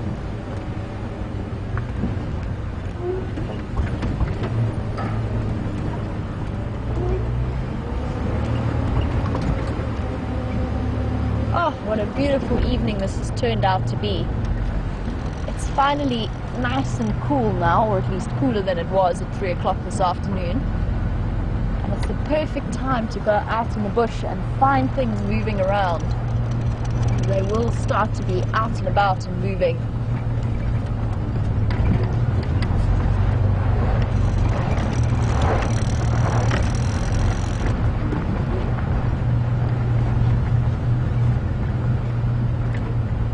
And the perfect place to start looking is to be around the drainage lines. So I mentioned this morning as we took that trip through the Mulwati, and stopped to look at all of the trees and the various growth forms that you get in a drainage line, that they are a perfect place to look for hidden leopards and other animals that use them to shelter from the heat. And even those elephants that we followed this morning, they were moving all the time, sometimes stopped to take one bite of something but carried on very determinedly. And as soon as they got to the drainage line, unfortunately in a place where I had absolutely no signal, so I couldn't show the viewers of the sunrise safari, but as soon as they got into that thick, dense shade, they stopped immediately and went to sleep, and even the babies were lying down in the shade. So drainage lines are a good place to be looking out and about for things.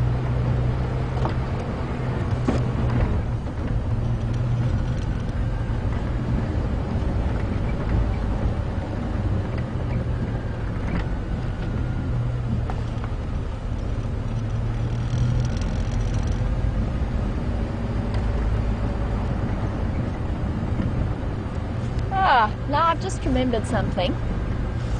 Before we were hit with an attack of the gremlins, I was busy explaining a little bit about Sharon's question about zebras' manes. And we were saying that they never grow longer than sort of roughly that height that they reach. And we were talking a little bit about it, and Sharon, I wasn't sure if you'd heard me or not, because we went through that bad signal patch just as I was explaining to you. And I suggested that probably because of the number of thorn trees and thick vegetation that we have around here, a long mane would probably work more as a disadvantage than anything else. It would definitely be hooked in everything as they move through. So they've evolved to have those nice short manes. But because zebra always look round, which is something we discussed at length, especially with that female that we presume to be pregnant, because of the nature of their digestive system, you don't often see a skinny looking zebra. And the mane is actually the best indicator of their physical health. So if it's standing nice and upright like that, that zebra is healthy and fit. But when you start to see the mane droop over sideways, that is when you really start to be concerned about the health of the zebra. I'm going to show you something quickly in the beautiful light. Although the sun has dipped below the ideal point. Let's just poke our noses into here and have a look at this beautiful tree, wisteria. It's one of the finest flowering specimens that I've seen.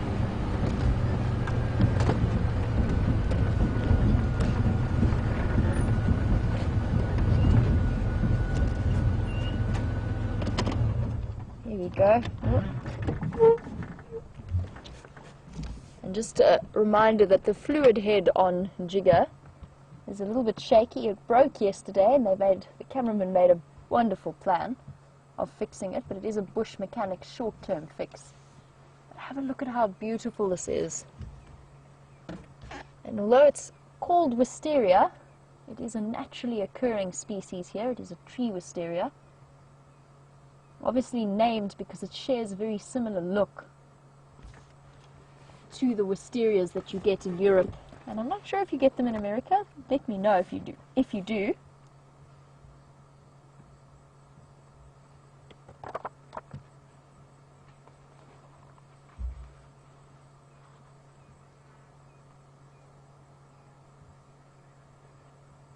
A very useful tree, although not only beautiful. The wood is very hard and resistant to termites. It also doesn't burn easily, which is why we don't see that many. Oh, look at is that a wasp or a bee? Looks like a carpenter bee. It's a beetle. Is it a beetle of some kind? A white stripe on its back. Oh, interesting. Almost looks to me like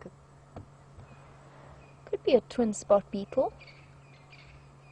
I wouldn't have thought so though, because those are generally on the ground. Interesting though. So it's a very useful tree in terms of building furniture, things like wagons and fence posts, sorry.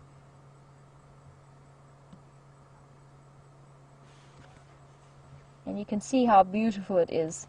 And the one thing about these trees is you very seldom see anything feeding on them. But a really very pretty tree. Now, since we have had this beautiful flower, and I believe Scott has a rather beautiful sunset to show you, let's head across to him for now, and I will catch up with you a little bit later.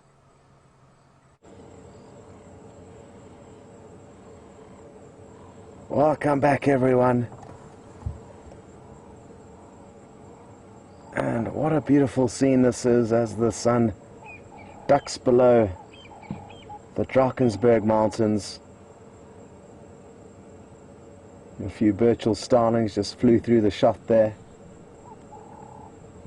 And I know I say this often, but aren't we so lucky to be able to explore this beautiful, beautiful part of the planet? Cape turtle dove calling loudly.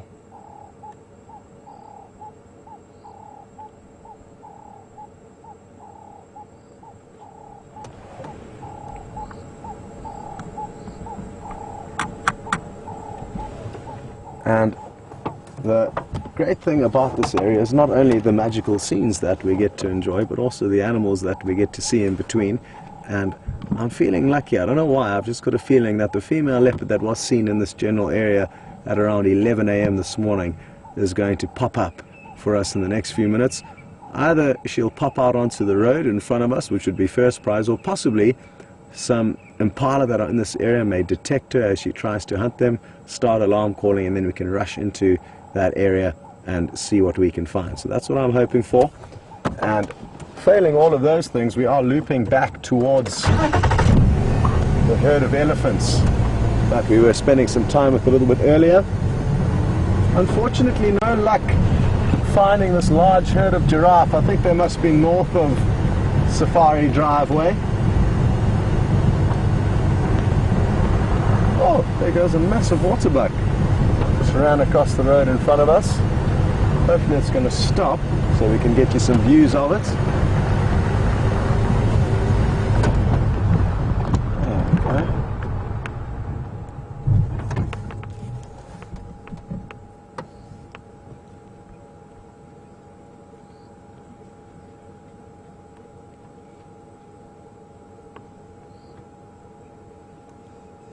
Now, I've just heard on the Game Drive channel all of the guides desperately asking for standbys.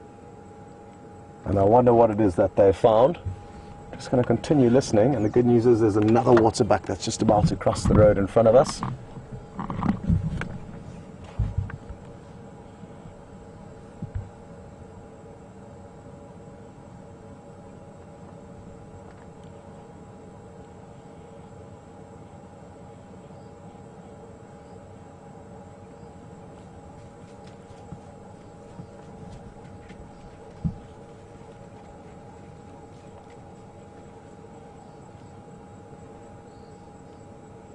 And it sounds like whatever has been found, I'm guessing it's a predator, is very close to us. But there are already, I think, 4 or 5 people in the queue to see whatever it is that has been found.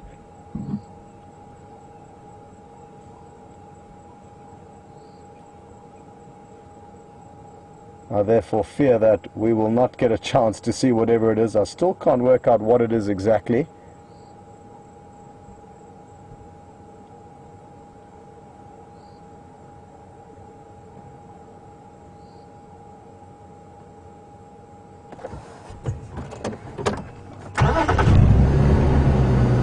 Oh, let's stop here. I mean, it's far off, but there's a heron flying far up in the sky.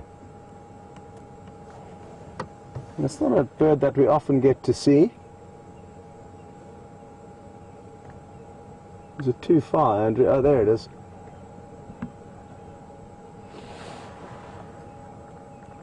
Its long legs trailing behind it. And you'll notice at this stage of the evening, when there's no hot air thermals rising off the earth, the birds have to flap more intensely than they do during the midday. I wonder where it's heading off to.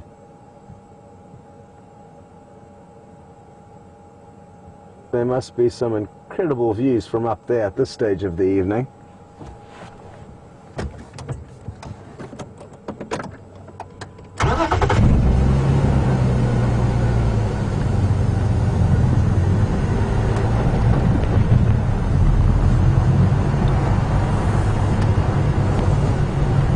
And I think it's 3 Birmingham males that have been found.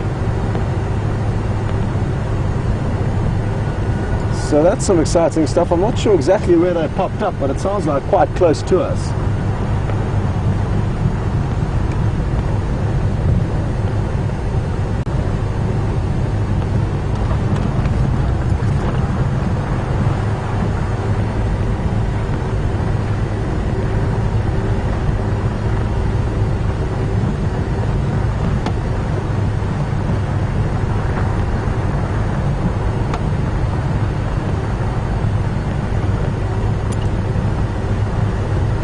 I'm told lots of you got some wonderful screenshots of that beautiful setting sun. And Isabella, one of our youngest viewers, aged only 4 years old, has said that the skies over in Ohio don't quite look the same as they do here. And we're very lucky here in Africa, Isabella. We've got some beautiful, beautiful skies to see. The sun is the same one that you're seeing back home, but the skyline, for a few reasons, I think, will be different to the sky that you get to see. A lot of dry dust will be creating the bright colors that we get to see, and maybe it's not as dry and dusty over in Ohio. But happy to hear that you are enjoying the beautiful scenes, Isabella. And I hope you're enjoying not only the scenes, but the whole afternoon drive. I'm hoping I'm going to be able to find you some elephant to look at now.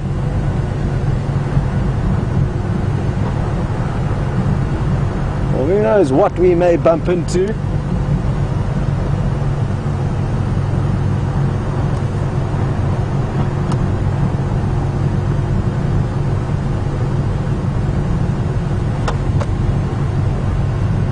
Sadly, something has happened to the camera on Jamie's vehicle, so they've rushed off back to camp to try and fix it. I'm not sure exactly what could have happened.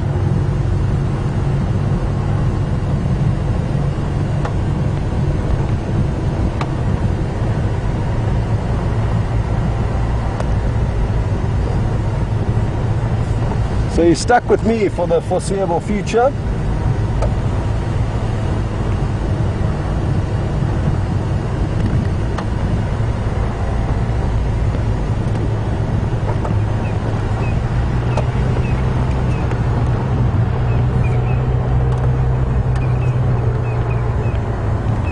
Andrew's showing you the beautiful moon. Maybe I should, let me just find a nice treat for you, Andrew.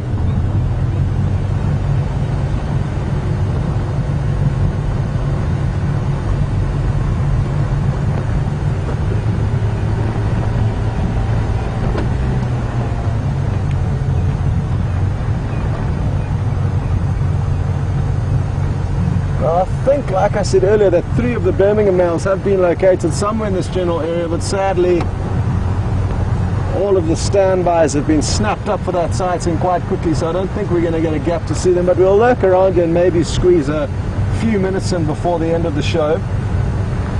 And Ruth in Costa Rica would like any other updates we have on the line. I'm not too sure of what else is going on. I think the 2 Matimba males are further south of us on a property called Londolozi, but they seem to be hanging out now since the Birmingham boys have arrived. And one Wolf, another viewer, is interested to know if there are any updates on Junior, the young male lion from the Inkuhuma Pride. Well, I can't even remember when last he was seen, but it was quite some time ago, so who knows where he is, whether he's still alive. But there have been no sightings of him that I've heard of from any of the guides in this general area. I'm sure at some point we will get some conclusive evidence as to whether he is still alive or not, but who knows, maybe we will never know what happened to him. I think this will work as the tree for Andrew to work as magic with the moon. It's a marula that's sitting at a very awkward angle thanks to an elephant that's pushed it over.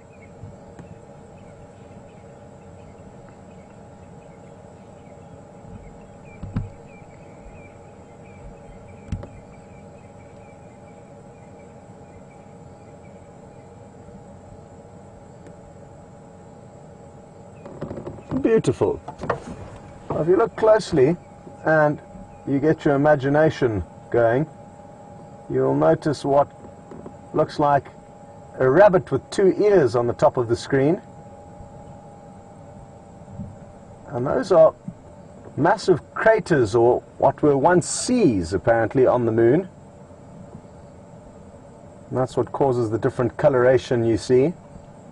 Strangely enough, the moon is a black planet. It's got a very shiny black material that covers its surface. And the reason why it appears white to us is because of the sun's rays bouncing off that shiny black material, giving it a very white appearance. Not quite full yet, maybe tomorrow or the next day. Still a beautiful scene nonetheless.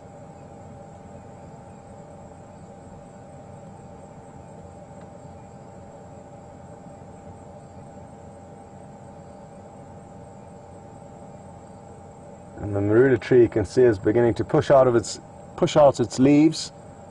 Soon they will be densely covered and hard to see into, making it a little bit more tricky for us to spot leopards sleeping in them, which they like to do in the summer months. It gets them out of the warm carpet-like undergrowth on the ground and up into a cool breeze. Excuse me. So that's something, or a place that we all need to start focusing on when we are driving around, up in the trees. Mainly the marula trees, which have the very comfortable thick horizontal branches, which leopards love to doze in.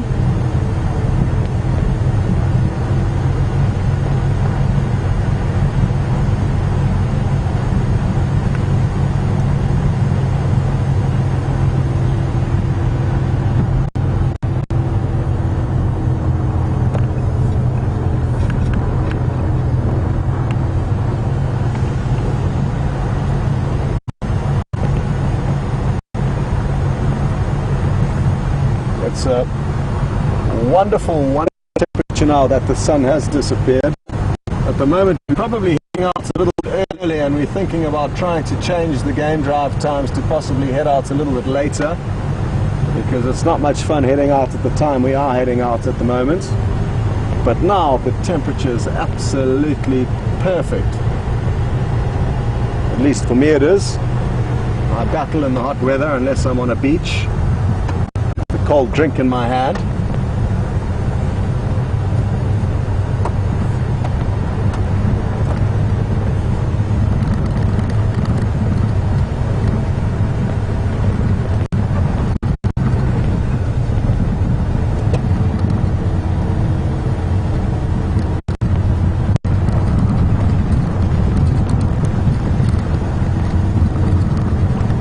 Can any station help me with an update as to the position of the 3 Birminghams?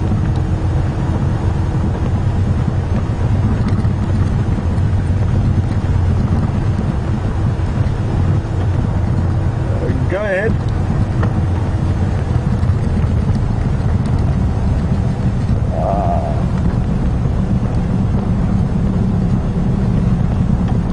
Okay, sadly not copying you very clearly, but not to worry.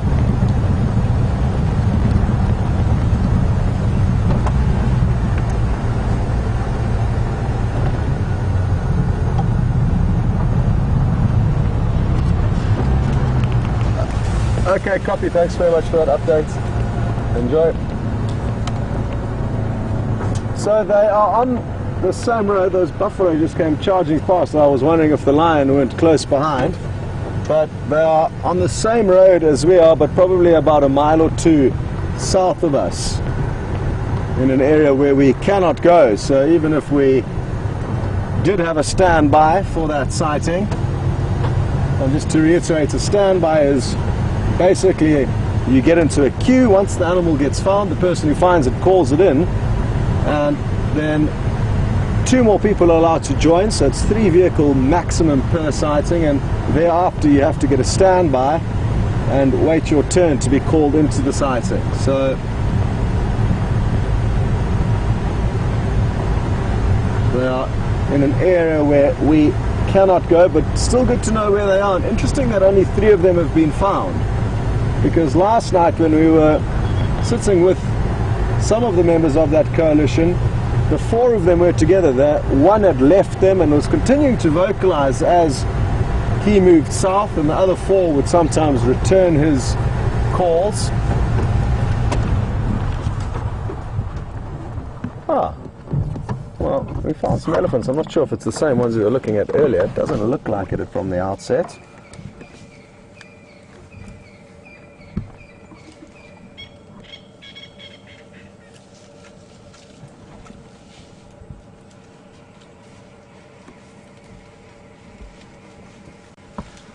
But what was really interesting, and just to finish off that sighting we had of the Birminghams late last night, is that the behavior of these animals is so difficult to understand.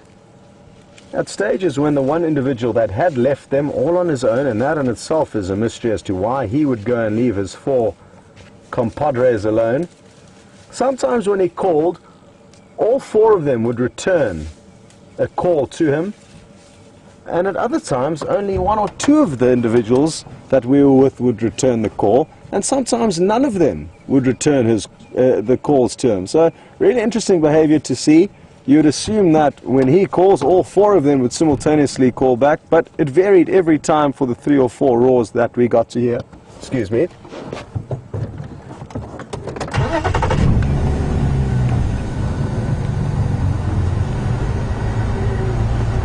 Be glad to know that Jamie and VM will be up and running shortly. They've managed to fix the problem with the camera that they had. Oh, here goes some action here. It's 2 youngsters chasing one another. You can see one's just run across the road, and this one over here is being a bit of a bully. Who knows what? Hey, are you going to come and bully us now? Oh, please don't. Please don't bully us. Thank you. Phew. Oh. He's thinking about it, maybe. Oh! Oi! Naughty. Well, let's hope it doesn't go and bully this little calf, because if it does, its mother may well call its mother for reinforcements, and its mother's not far away.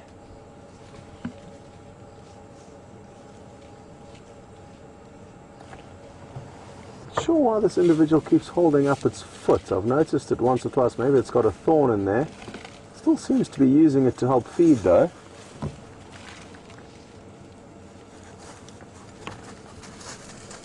Another youngster that's just come running off behind us.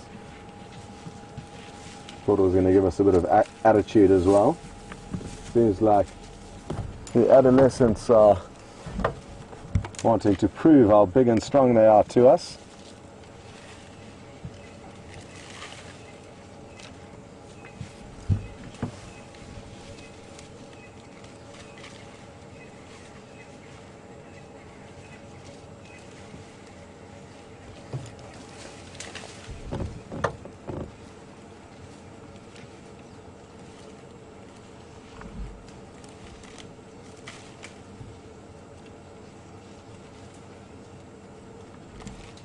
Now before the light fades too much, I want to send you back to Jamie, who is up and running, as they found a better view of an antelope that you couldn't see too well earlier on the safari. And I think it's a resident that sleeps outside VM, aka the wildebeest's room, every night. And he said, he was telling me the story just the other morning, that the other night he was woken up by the barks of this bushbuck, as it obviously saw something, possibly a leopard, that scared it. And they've got a wonderful view of it at the moment. So we're going to shoot you across there before the light fades anymore, and hopefully these ellies will still be around by the time you get back.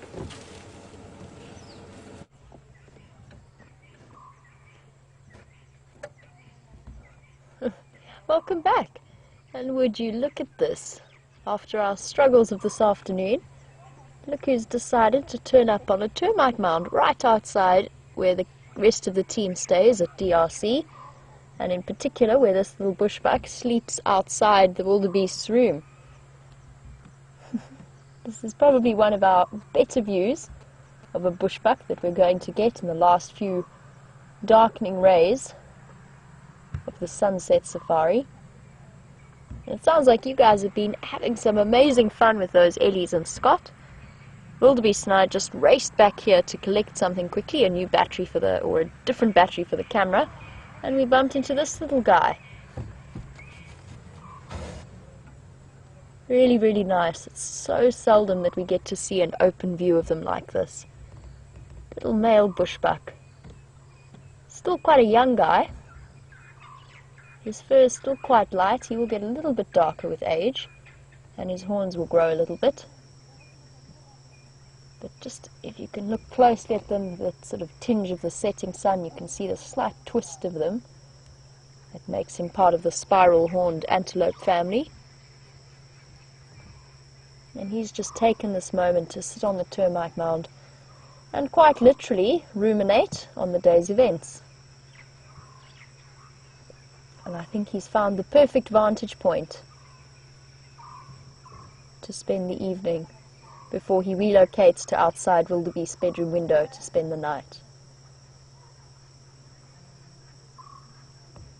Can you hear the scops owl? Brrr.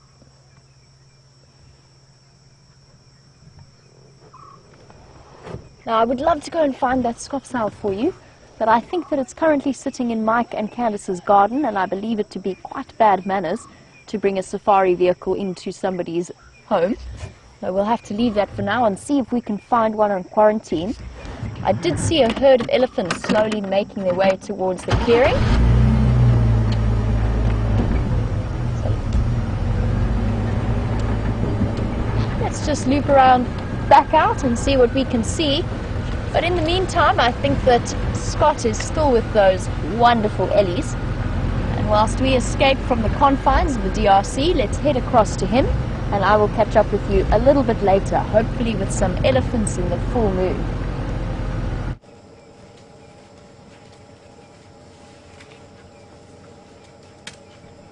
Welcome back everyone, and it's getting tricky in this fading light to film the ellies, but you can see them shaking the trees as they move through and feed. Andrew's just pulled out the last straw in terms of what this camera is capable of, boosting the lights a little bit more.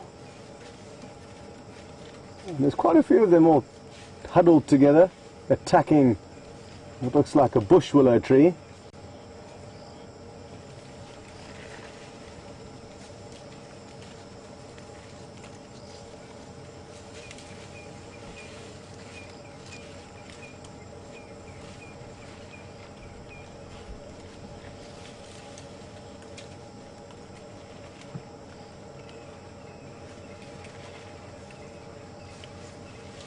I'm sure you enjoyed what sounded like a great view of that bushbuck chewing the cud. Wildebeest's friends, I think he's named it Bossy, and in Afrikaans, which is a language that VM speaks very well, he is from Afrikaans descent.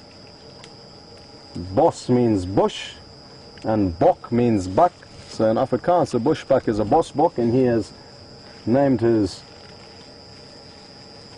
resident bushbuck Bossy.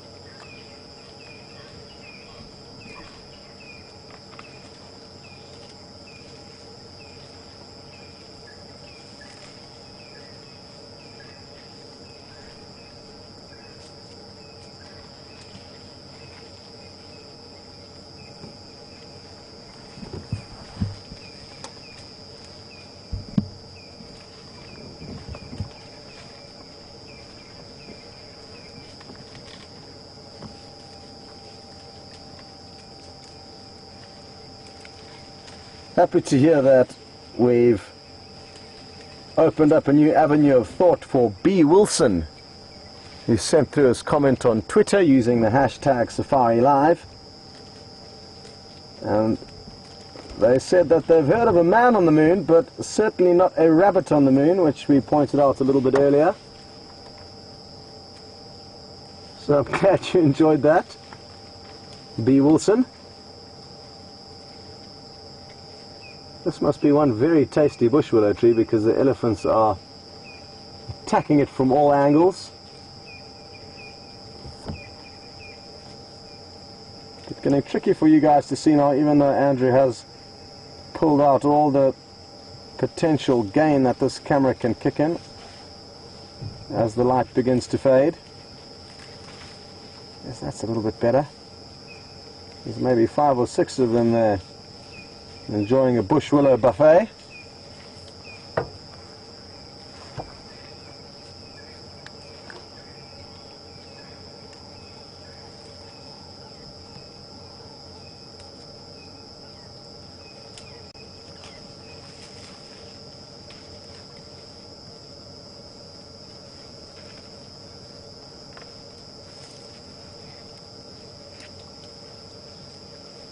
Okay, well, very big thanks to Pat and Derek for the update on the South Africa-Samoa rugby game. And South Africa are in the lead with 15 minutes done in the first half. We are leading 8-6. Thank you so much. That puts a smile on my face. And apologies for those of you who aren't interested in rugby, but like I've said, it's a massive, massive part of our culture. So do forgive us.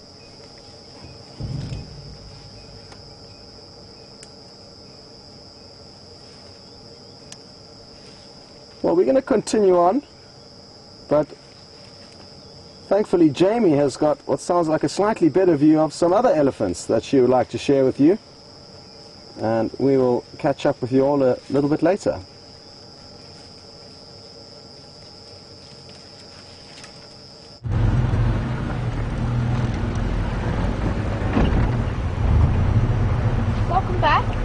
And we're going to be able to share this glorious South African sunset with a herd of elephants.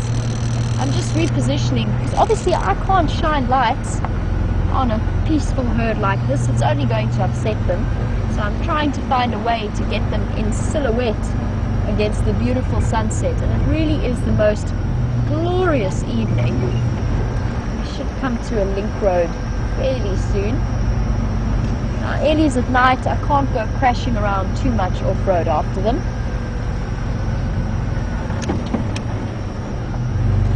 Let's see if we can catch up with them.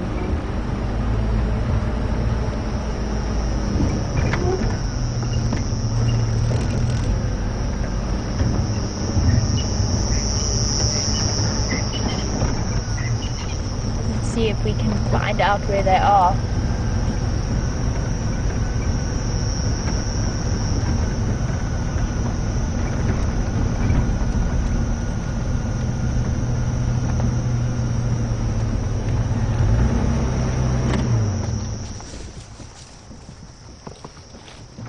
I think we're going to struggle to get them. Let me try it one more time.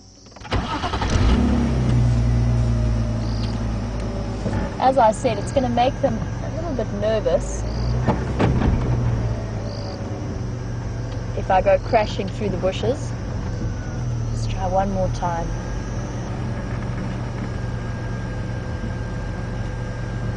Oh, but it is such a beautiful evening. It really is spectacular. And there we can just see those big dark shapes moving through.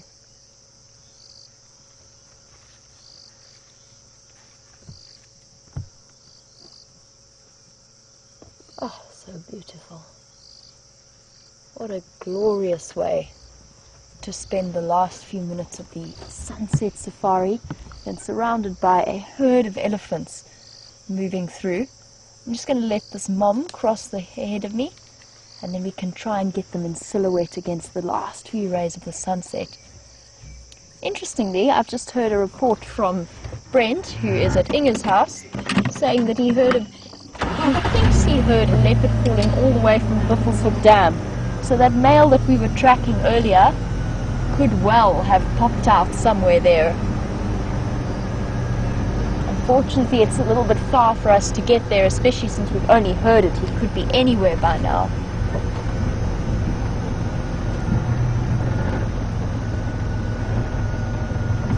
We're going to have to stop here so that we don't upset the little one. Hello, Baba. It's okay. You can come through. There he goes, moving in front of me. Across to Mom. We're right in the middle of the herd, and just to describe this feeling to you in the dark, there's something so magical about elephants. You just get the soft sounds of them feeding all around you. Here you can just see the silhouette of a trunk reaching up.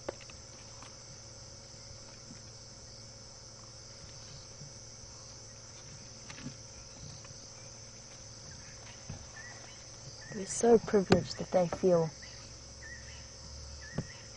safe enough in the dark to allow us to spend time with them.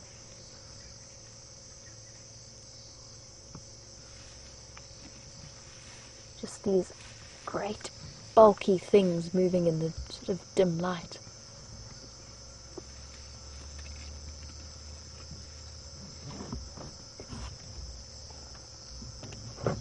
There you go, little bits of silhouette.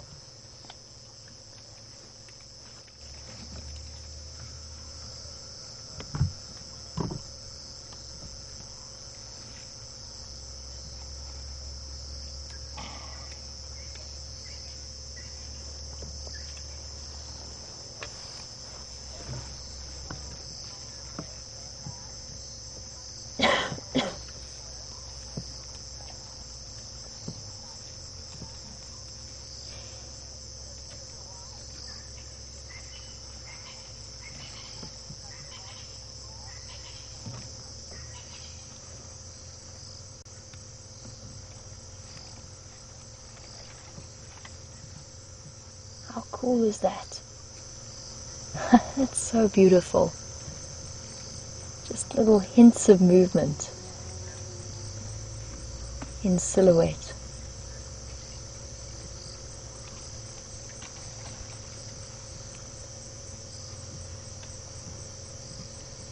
There's a very special feeling at the end of a hot day like this, a hot summer's day, as it starts to get cooler and everything's out and about.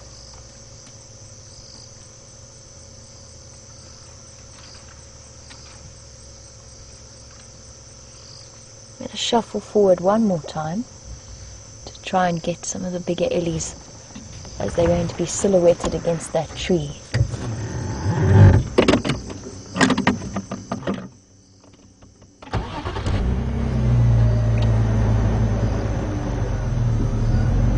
And it smells so strongly of elephant now.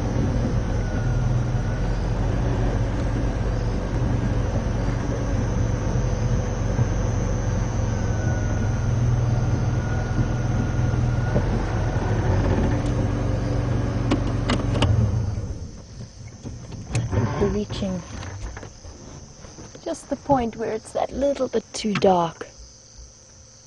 But we'll spend the last few moments just listening to them.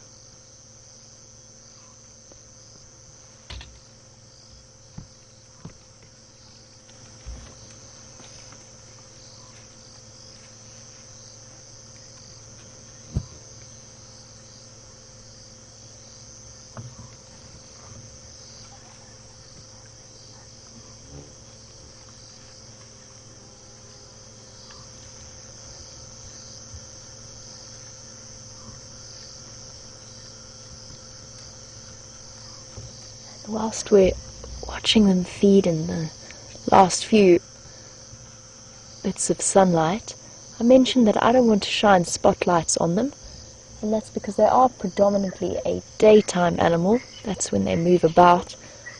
But that doesn't mean that they're not awake during the night and feeding, and they'll probably continue to feed and to move, especially in the summertime when it is so hot during the day and it's much nicer and there's a much more relief towards the evening. Now, Lindsay, you were wondering if elephants ever sleep, and they do. They definitely do. They don't nap for hugely long periods of time, but when they do, they really do go to sleep. And once or twice I've stumbled on even full-grown bulls that are so fast asleep that we've come as a surprise to each other. And they can also lie down.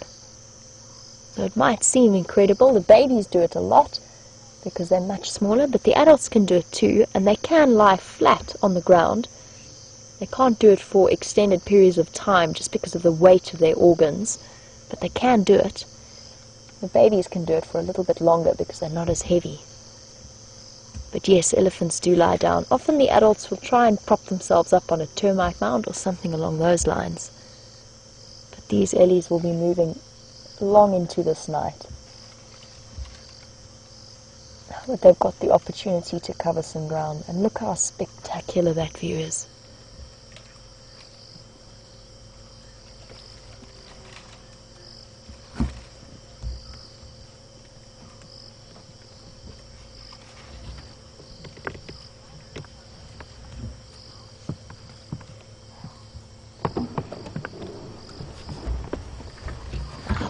I mentioned that they're going to be moving through tonight and feeding. And Deanna from Michigan, you were wondering what their eyesight is like in the dark. And I think it can be quite similar to ours. Maybe a little bit better. They probably see slightly better. Elephants do have, I believe, quite excellent eyesight in terms of, you compare them to other animals like rhino, for example, that have very, very poor eyesight. Elephants do have good eyesight, and they do move around a lot in the dark. Look, a lot of it is controlled by their hearing and their sense of smell and touch, but they can see a little bit. Now, on a night like tonight, even we could walk around in the dark without a torch or completely unaided, because this moon is going to be so, so bright that once our eyes adjust to the darkness, we could actually move around completely unaided. I wouldn't suggest it. I definitely wouldn't go walking around in the middle of the bush at night, but you could do it. And it's the kind of night where if you go out late at night and you switch off all your lights and you sit in silence in the dark, you'll be able to see moon casting shadows around the open areas, and it creates such a beautiful atmosphere. It really is going to be an extraordinary evening out here. It's so warm and beautiful and quiet and dead, dead still.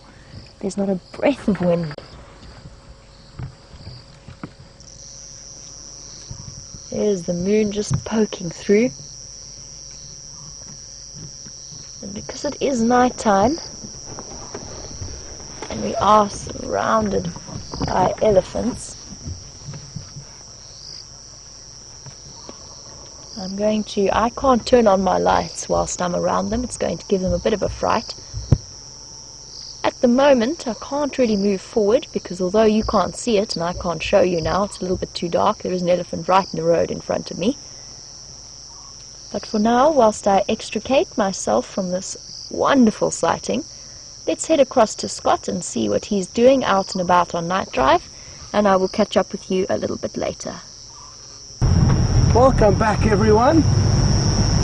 And sounds like you're enjoying a bit of a different elephant sighting after dark. Sounds quite soothing, actually. We're glad Jamie made that last for as long as she could.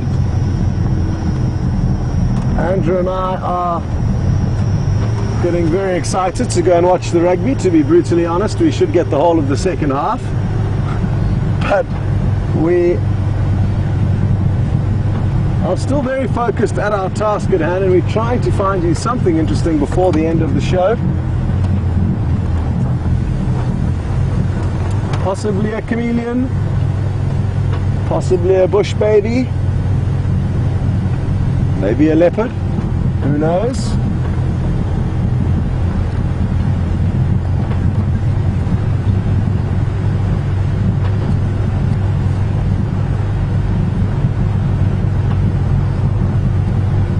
It's tricky business, night drives. They can be quite fruitless a lot of the times, but when you do get lucky, it's usually a quality sighting of a rare animal that you don't often get to spend time with. So definitely worth being out after dark. It can be tricky, especially considering that you can't see the general scenery that you usually get to see as we drive around. All you get to see is this flashlight flickering from side to side. And it may appear that I'm shining quite haphazardly, but I'm not. I'm focused at what I'm doing, but if we were to shine too slowly, you wouldn't cover any ground as we drive along. So it's important to shine quite quickly from side to side. And all we're looking for is the reflection of the animal's eyes, which is very easy to pick up.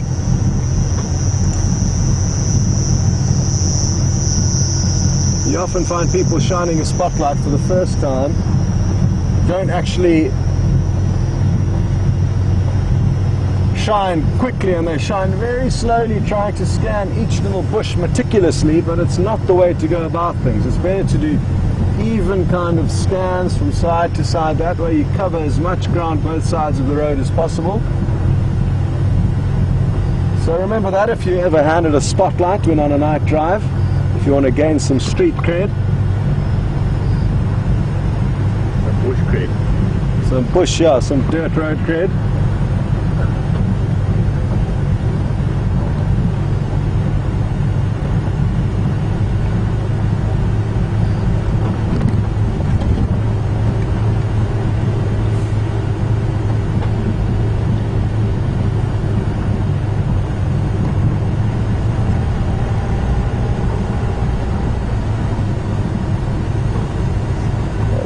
To Shannon in Ohio.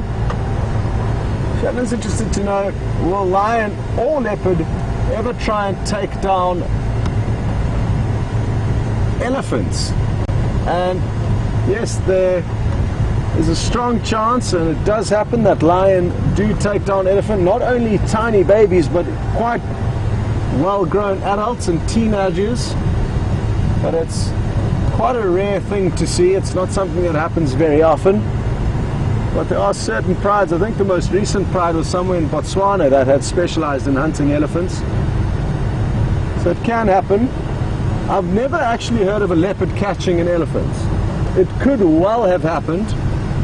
It may have sniped a young elephant calf, but I've never heard of it or seen any footage or heard any reports of such a thing happening. But the fact that a big male leopard like the Anderson male caught and killed a baby giraffe, which weighs 100 kilograms, quite a similar weight to a newborn elephant calf, means that it could potentially happen. Well, sadly, the safari is coming to a close from this vehicle, and it's time to say good night and goodbye and good thank you. Thank you. So, thanks again for all of your contributions, questions, and everything else that you've been involved with on the safari this afternoon. Well done to Nikki and Jess in the final control room, and to Andrew on camera. A highlight for me was certainly the marabou stork catching that fish. It was a first for me, so I hope you enjoyed that. We'll see you all on the Sunrise Safari. Over to Jamie.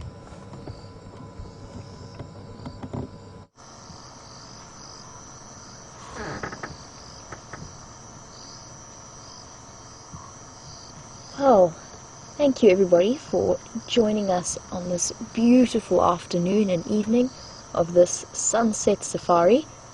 I am not going to talk too much longer. I'm just going to say a big thank you to VM, the wildebeest, for all of his spectacular camera work, as well as Nikki and Jess and FC and Alex for all of his technical work. Thank you to you, the viewers. I'm going to now let the last of the African evening do the talking. Enjoy the wonderful view, and we'll catch you tomorrow morning.